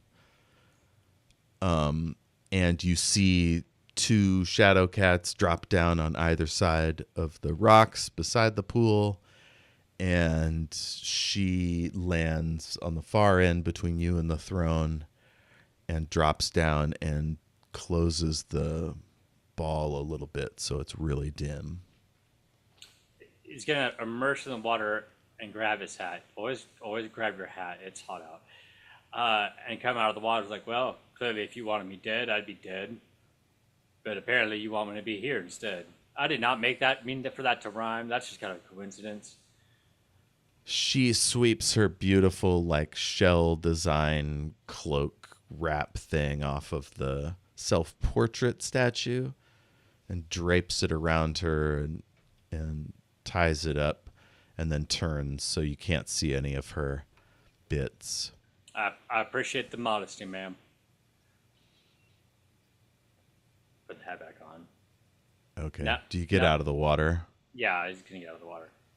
Okay. The shadow cats have turned into sort of like small, dark, seaweedy creatures, humanoid, but That's with no creepy. faces to speak of. That's not a sight anyone wants to see. To be honest, I don't think there's a person on this planet who'd want to see that. Now, clearly, you've sequestered me away from my temporary companion for a reason. I would like to inquire as to why. Perhaps you are more amenable to my desires. I'm gonna just cut you off right there. I am asexual. I appreciate the compliment. I'm not interested, but I appreciate it nonetheless. I need a companion in power, I repeat, someone to serve me as an equal practitioner. once again, She let's goes get- over let's- to a little like pedestal on which a little treasure chest. She opens it up and moves like pearls and gems aside and then pulls out this strange little charm. It's like a crystal with wrapped iron, sort of some kind of metal around it to keep it in place. And a pendant on a platinum chain, and she holds it out to you, like dangling between her finger or below one of her fingers. he'll like put his hand under her so she can drop it. She does. Uh, nice necklace. Let's get like a look at it, figure out what she's trying to make. Is this a It is payment? enchanted. It will allow you to breathe underwater and to join me in the vortex. We can travel through space effortlessly. All we must do is think of the place we wish to go, and if we're close enough, there we are. Now, all very tempting. I like the idea of not having to pay a train fare anytime soon, but there's no. This has got to be a quid pro quo situation, right? You're not just giving me things; you want something in return. I need an enforcer, someone to work my will at a distance, to share a piece of the whole, and to extend divinity throughout my realm. Okay. Okay. All right. Yeah. Sure. Yeah. I suppose I could do that. Never saw myself as an enforcer type, but Holds under zero pressure, this guy. You feel like a thrumming power coming from this crystal in your hand. as I have a plan. Oh, okay. All right. All right. Okay, and this is humming at me. This necklace here. It knows that you are compatible. It seeks to bind and to grow. I would like to remain friends. He's just gonna like pass it. Okay, yeah, she takes it back from you and then tosses it back, and it just drops effortlessly into the chest, and the chest closes. Now I'm not saying I can't be hired, right? That's fine. But that's insinuating some kind of like forced symbiosis, and or something along those lines. Parasitic, maybe. I don't know. Point being, I'd rather not be involved in that kind of situation, so to speak. I could have let you die, abandoned you in the vortex. Now, I chose to keep you. Appreciate that. Not killing me and all. Mighty nice of you. What did I say you? I appreciate that. She starts to like pace around you and is just kind of taking it all in from different angles.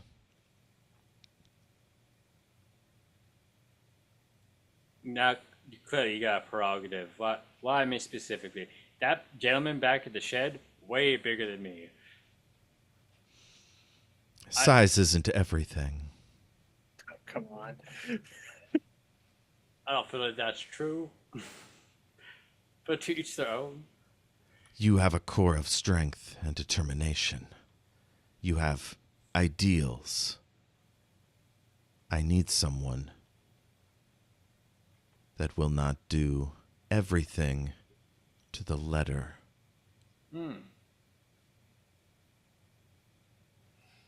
I am constrained, but you would not be. Okay.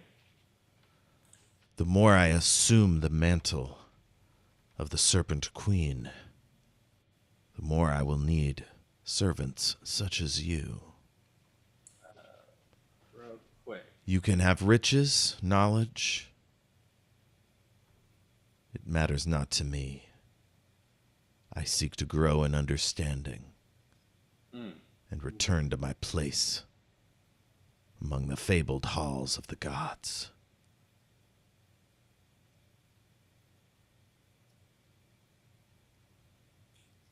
Can I, like, above table, out of character, whatever you want to call it, can I do a religion check? Because she's giving me more than just a few reasons to think that she thinks she's a god. So I need to, like, The separate queen is like if I'm trying to make like heads or tails of that, basically that part of it, Sure, yeah. which is still a -1. I hate having bad intelligence.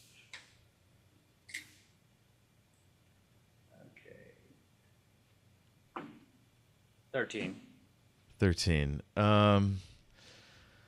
Well, you remember in those pages you looked at, right before she started putting in the codes, she said something about a dormant goddess and a witch of the summer seas, and they somehow were connected in some way. And that there was this, people said Moira Petergill was seen in the caves around that region, which is kind of just west of town, basically. Their ceremonial landfill area. I see. Yeah, I could use some money and power, sure. I've been looking for some people, so that'd be a good opportunity to do that.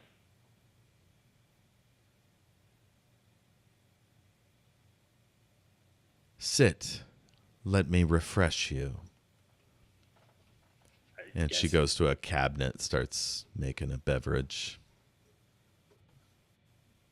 This is, in this head, this is the weirdest nightcap I've ever had. Cool. So you sit in this repurposed chair made out of different flotsam and jetsam, and it's surprisingly well built. I like the upcycling rather than buying new. I really appreciate you using what you had available to you. Yes, the previous inhabitant was quite skilled with creative architecture. Was that, I think I heard about that when I walked in. Someone named Moira? Yes, she was a interesting character. Not completely trusted by the town. She was a liability. Oh, what happened? They believed her to be a warlock. It made her utility subpar. And you just move in after she left, or? She does not answer and pours this nice, kind of looks like a milky fluid into a long, tall glass and swizzled it with some herbs and takes a sip and goes like, like it's the greatest tasting thing ever. And she offers it to you. He's going to take a sip. Nice. It heals all your wounds. Oh, thank God. It is the greatest tasting fluid you've ever had. And you get 6 temporary hit points as well. Awesome. 6. All right, let's cut back to Gary. Hello. You've gotten to know the mayor. Guy's pretty cool. He doesn't know anything about an elf cat lady. But he did notice on his way up here that people have been finding their cats and rushing home, hooting in excitement. Well, that's good at the very least. At one point, Tom, the cat from the inn, shows up and is just up on a table getting pets. Nice. All right. Well, that's good. Sheila all right, seems problem quite solved. happy. Let's head home.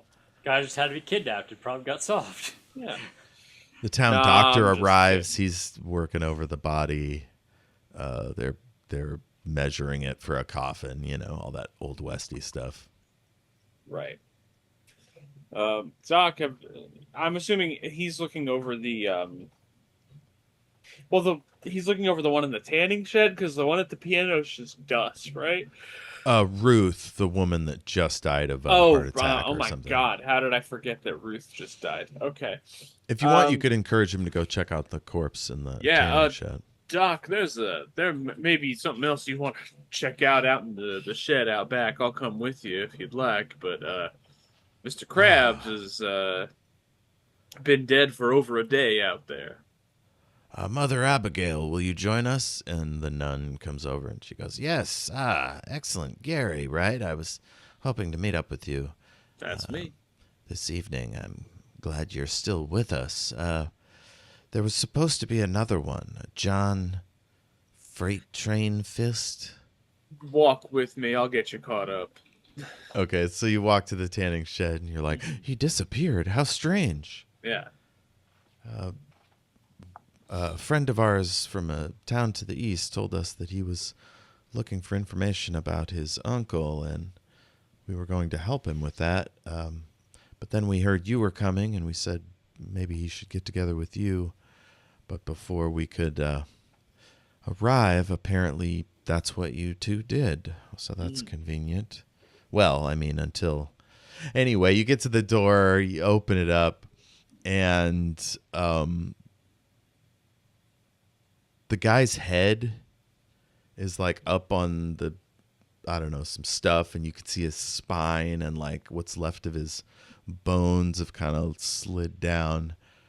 And he looks up at the both of you and says, the witch of the summer seas and the serpent queen have made compact. And like this fucking like gold fire pours out of his mouth, and fucking all the candles and lanterns flare up, and you hear a cat outside go, but it doesn't like actually hit you with fire, and then it dissipates and everything goes back to normal. And lightning flashes in the distance. I gotta say, Doc, he wasn't doing that the last time I was in here. That's new to me. Doc is gone. He just took off. Okay. You know what? That's fair. I'm the only one left, I'm assuming. Everyone else ran Mother out of Abigail here. Is right there beside you, and she's like pulled out her holy symbol and is Mother like, ready Abigail, for action. he did not do that the last time I was in here. She steps forward and like consecrates him, and he makes no further pronouncements. I think that's it. What do we think of that, huh? Gary definitely feels it over his head after saying that. Yeah. Which, fair. All right. Why don't you show me where that offering point is? That's got to be the way that we get our freight train back. Hell yeah. Okay, so the next scene we have like Margaret and Mother Abigail and you and Jenthro are down like poking around the tip, you know, like pushing old trays and I don't know, doll heads and things around. And you discover a very narrow trail into the rocks, and the water like a tidal pool, and the tide is pretty low, so there might be an entrance to a cave that might connect with the well somehow. Okay. I'll dip in there. Okay, cool. So you guys find this wet tunnel, but it's got dry sides, and you're able to work your way up into the secret lair. Secret tunnel. Okay. I'm assuming that I have a lantern with me because I can't see otherwise. Yes, and Mother Abigail does some kind of spell thing, and a sort of light glows up in the distance. All right. And she puts a finger up to her lips and goes, shh. Okay. Do I see anything out of the ordinary in here? Every once in a while you see like a broken bit of shell or like a loose bit of seaweed, as if somebody had bundled stuff up and a bit dropped out here or there. So sign of someone living or scavenging in here. Okay. Dean, you hear noises echoing up through through a side channel somewhere. You're not sure where. You hear that?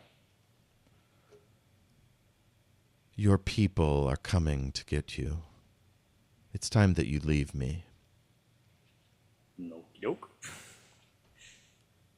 She points at you, and then one of the shadow cat seaweed creatures reaches forward and holds out what looks like a coin, and its edges and the words on it are glowing gold.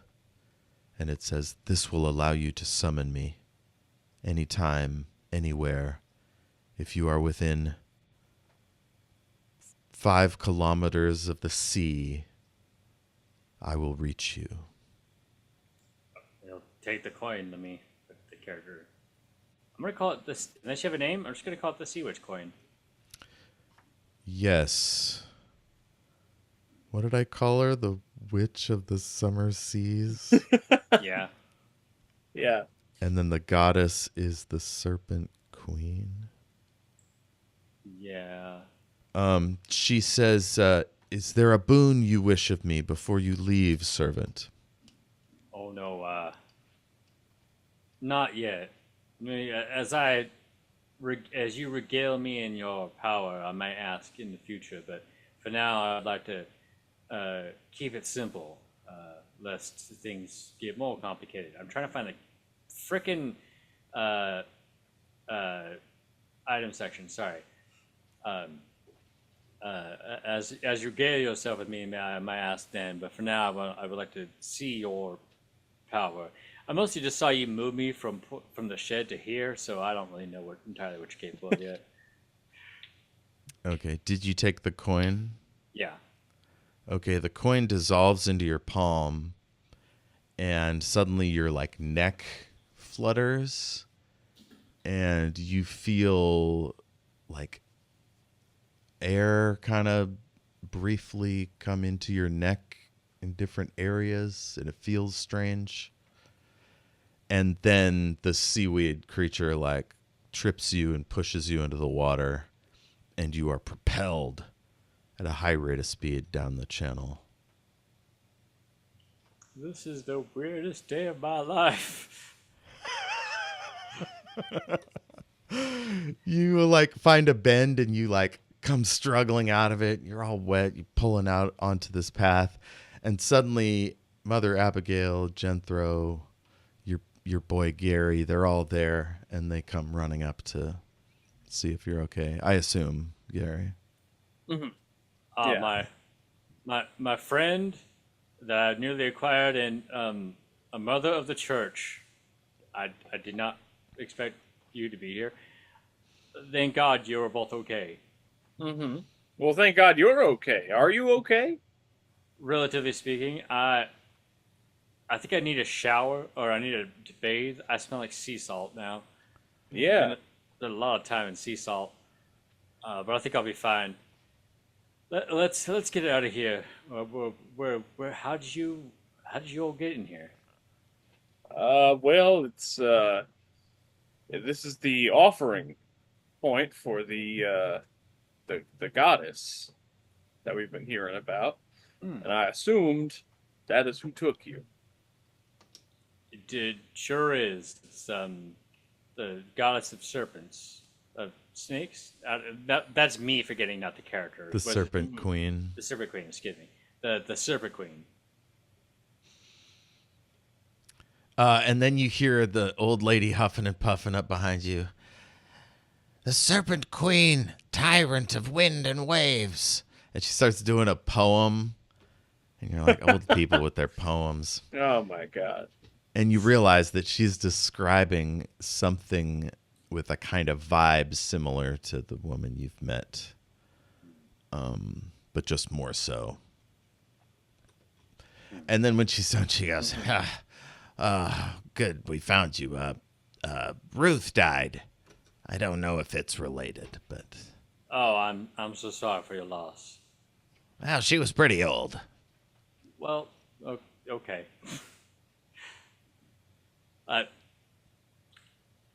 Anyway, let's get out of this sea cave. Uh, I need to find a change of clothes. A cloud of bats pours down the tunnel into all of you. So loud, so many bats. It's really upsetting. They might be rabid. Oh. Ow. Do you guys want to stay there or like escape, jump in the water, fight the bats? I'm escaping. Yeah, escaping. Okay, Mother Abigail like kind of picks up little old Margaret and trundle all of you's back. Jenthro like puts her on her back essentially, and you guys get out there and you have to like wade back onto the beach because the tide has risen just in the time you were up that tunnel. Mm. And the moon's out completely now, and it's like sitting on the water almost. And it's just this spooky bluish scene. And a few people with lanterns coming down the beach towards you. Mm. Well, I head towards them, I guess. Yeah, same.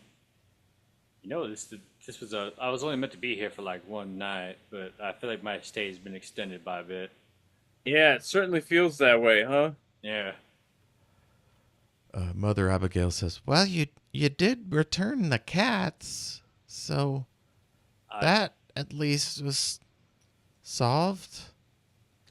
I mean, yeah, we could end it right here for sure, but I don't think that anyone would be really happy with that. I'm pretty Oh, sure. narratively speaking. Yeah, you mean. narratively speaking, I feel like people would be kind of mad at a bit of a cop out of an ending.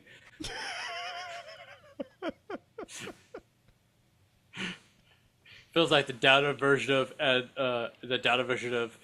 the treasure was the friends we made along the way. That's basically what this is. Hell yeah. Yeah. All right, so you guys go up into town, and the people are meeting around the little diner there with some outdoor seating, and they're pouring wine. People are sharing their tales of their missing cats and all the adventure. And you notice that the little girls are making dolls that look like the Serpent Queen and her seaweed henchmen. Gosh. I don't know what to do about that. Oh, and one of them gifts you with a seaweed hench. Gary gifts Gary one? Yeah. Why, thank you. Yes, they're the helpers of the Serpent Queen. Yeah. Yep. They sure are. Sure am. It's said that they brought the breath of life to the children of this region. That's specific. Yeah.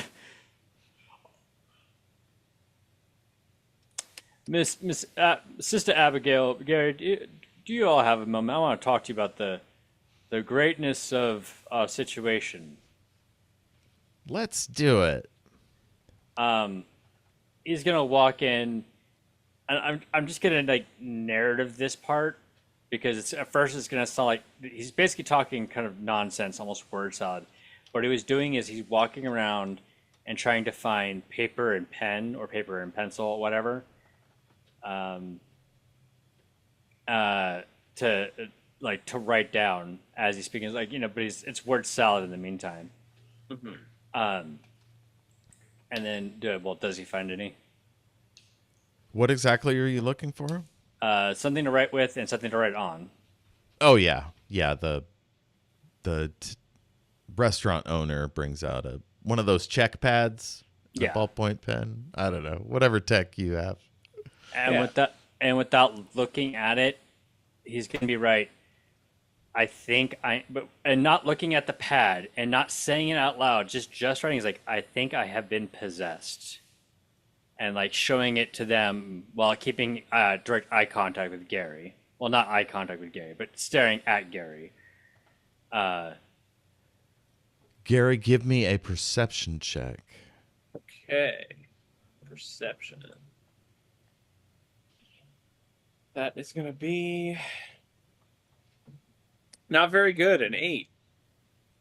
Okay, you smell a faint hint of cinnamon, like maybe John got the lady's perfume on him, Okay. but that's about all you get. He seems worried though. And then like circle it on the paper. I think I have been possessed. Shh, shh, shh. But to the point where like he's not looking at the paper, so in his eyes, if she's seeing through him, she will not see what he's writing. I'm gonna have Mother Okay. Abigail do a religion check. Are you Okay, like gonna slide this in front of me so that there's no way I can't see it? Yeah, but that was the idea. Is like that way you can Okay. both see it. All right. I wasn't sure if I would have to perceive that with my 8. I hope not. All right. Mother Abigail says, "Well, there are stories of possession I'm not within our talking about archives, but I have possession. I have a possession of a weapon. I have a right to possession to that weapon, ma'am. I've been told that. Right. It's And good- I think that's probably all the talk about that we should be having. Exactly. That's my right. And not in this country is my possession of weapons. So you rip off the paper and write down in there, I don't know if she can hear me. Please do not respond. well, if I'm being honest, the return of one of the ancient liberator goddesses could actually be a sign of Lumira's growth in power and should not be immediately discounted as an aberration. I think what we're dealing with is somebody who is deserving of maybe ascending to a higher power. Is going to write, please help on the piece of paper. Ascending. There are stories of an avatar coming to prominence who did not have a backstory as such. Nobody knew where they came from or who their parents were, but they would become a great leader or teacher. It's possible that these were manifestation of the deities. On another piece of paper, he's just going to write down the lady that was mentioned, the Moira whatever, and just going to write down the full name and then just like question mark on it. Yes. And she points over to Jethro, and Jethro comes over and plops down beside you. You know, And Jethro, looks at all these notes.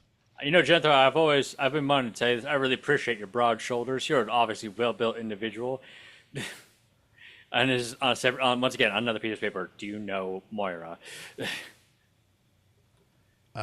She looks at y'all, and she could tell something sneaky is happening, and she goes, "Yeah, I'm quite fond of Moira. She was a gifted artist. She mostly kept to herself, especially after that incident last year." Let's back up a little bit because the piece of paper says, "Do you know anything about Moira?" He did not say that.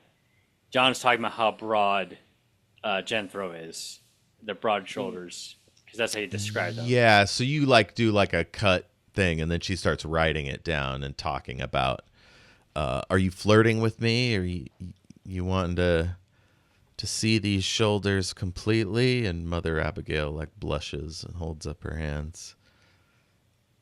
Oh, ma'am, I just want to play you due compliment for your hard work. See, I am asexual. I do not have sexual feelings towards people, but I appreciate that at least somewhat seems to be reciprocated in your idea. You just clearly work hard. That's all I wanted to say.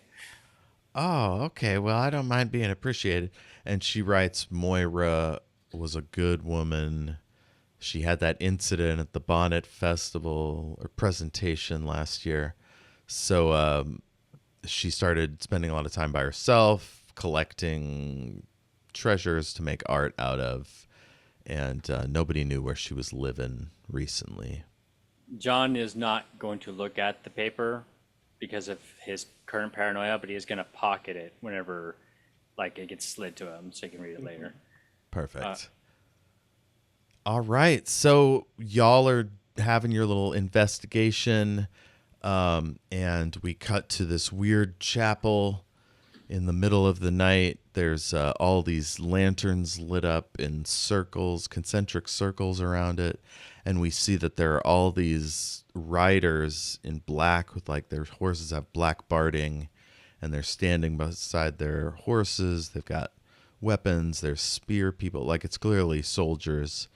And inside the chapel, we've got two hooded figures talking to a knight. And they're discussing something. And then we see a picture drawn. And it's John's face, Gary's face, Moira's face. Oh. And Don't like that. Yeah, that sucks. and an image of this like crazy mermaid looking being with like a serpent tail at the end of the flipper and multiple breasts and like snakes for hair, like rising up out of the rocks, and the silhouette of the rocks is the same as the coastline of this area. And somebody puts down their mailed fist and the candles shake, and you hear horses like breathing just outside. And that's it. All right. Return for part 3. Hell yeah. Yeah. Really quick, did you have any likes? Celebrate your fellow players, whatever. Yeah. I thought that you did a good job investigating the bottom of the well, Dean. I thought you genuinely acted very well as to having an overwhelmed character. Thank you. That was actually pretty believable, to be honest, which is entirely fair. I also like that we still have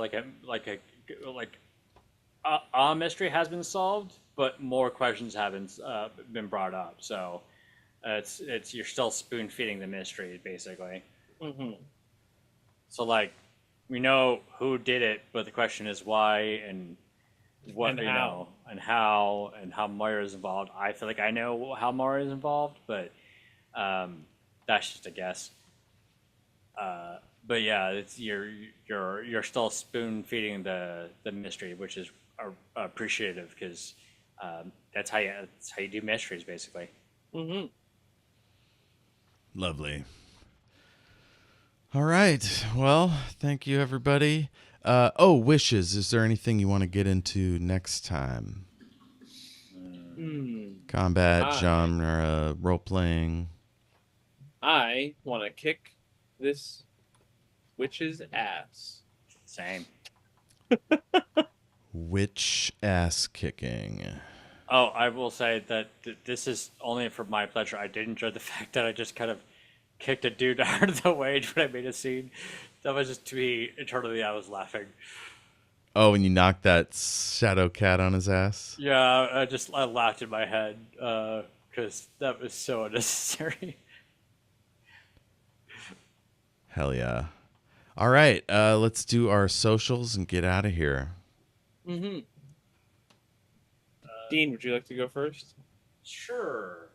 I'm not a real content creator besides this, so I don't have anything to promote. But if you want to follow me on social media, it's at Geekgistine under basically every platform. I've been slightly more active on Twitter because I'm bored. I went from having no free time to having too much free time, so I'm like, I got to do something. Yeah. And then come August, I'm going to have no free time again, so that'll be fun. But yeah, this is basically my only content creation for now. Like I mentioned last time, I'm working on some things, but it's moving at a snail's pace currently, so we'll see. But if I do have anything and put out there, I will post it on social media or mention here. I'm gonna go ahead and do the socials for the show here while I'm at it as well. Perfect. So if you like what you saw here on Twitch, please follow us at twitch.tv/Omniversal Escapades, or if you're watching this later on YouTube, it's youtube.com/Omniversal Escapades. Or if you like the show on YouTube and want to watch us live, come watch us live every other Sunday at 8 p.m. Central Standard. Or if you prefer to watch things later, watch us on the VOD on Twitch or later when we post on to YouTube. not the best about posting on social media for our stuff till right before we start. But you can follow us at Omniversal ESC under most platforms, social media wise. You got an Instagram, a Blue Sky, Twitter. I don't know. Do y'all think we need a MySpace to really get the Yeah. Oh thing yeah, going? yeah. Let's dig that thing Yeah. up. Friendster. But yeah, that's LinkedIn. Flickr. LinkedIn. Yeah, Flickr. What Foursquare, is Foursquare still a thing? Probably. Yeah, Tumblr. Sure. But yeah, that's where you can follow the show and our show and the stuff that we do here. Yeah, As? please like, subscribe, hit the let's subscribe button, Hit the bell. Hype us up. help us out, share with friends. Yeah. My name's Az. Az's underscore calzones. Everywhere is where you can find me on Twitter, Instagram, TikTok, Blue Sky, YouTube, Az's Calzones. Also check out the Scavengers Network on YouTube. I do some stuff for them as well. Check out Rat House. That's our gaming channel. You can find my various works across those different channels. Also, Az's Calzones on Twitch is where you can find me live streaming. Nice. That may be the Lovely. most concise I've ever done it. You can find me all over the place at El Jefe Tacoma. I also do a space opera actual play comedy podcast called Shattered Worlds RPG, in which we play a game I designed in my wacky space fantasy world. And also, we also have a D&D side quest stream that I try to put out as often as I can, and you might enjoy that. It's called Return of the Defiler, which Ash runs. And then I also have a show about science fiction and fantasy. It's called The Great and Secret Knowledge, a speculative fiction podcast. You can find that anywhere quality podcasts are sold. YouTube, all the usual spots. Excellent. All right. Jeff, I know I'm usually the one who signs us off, but you're the host. You're the DM this time. Do you want to go ahead and say goodbye to the audience? Yes. The Serpent Queen has signed the compact. Compact.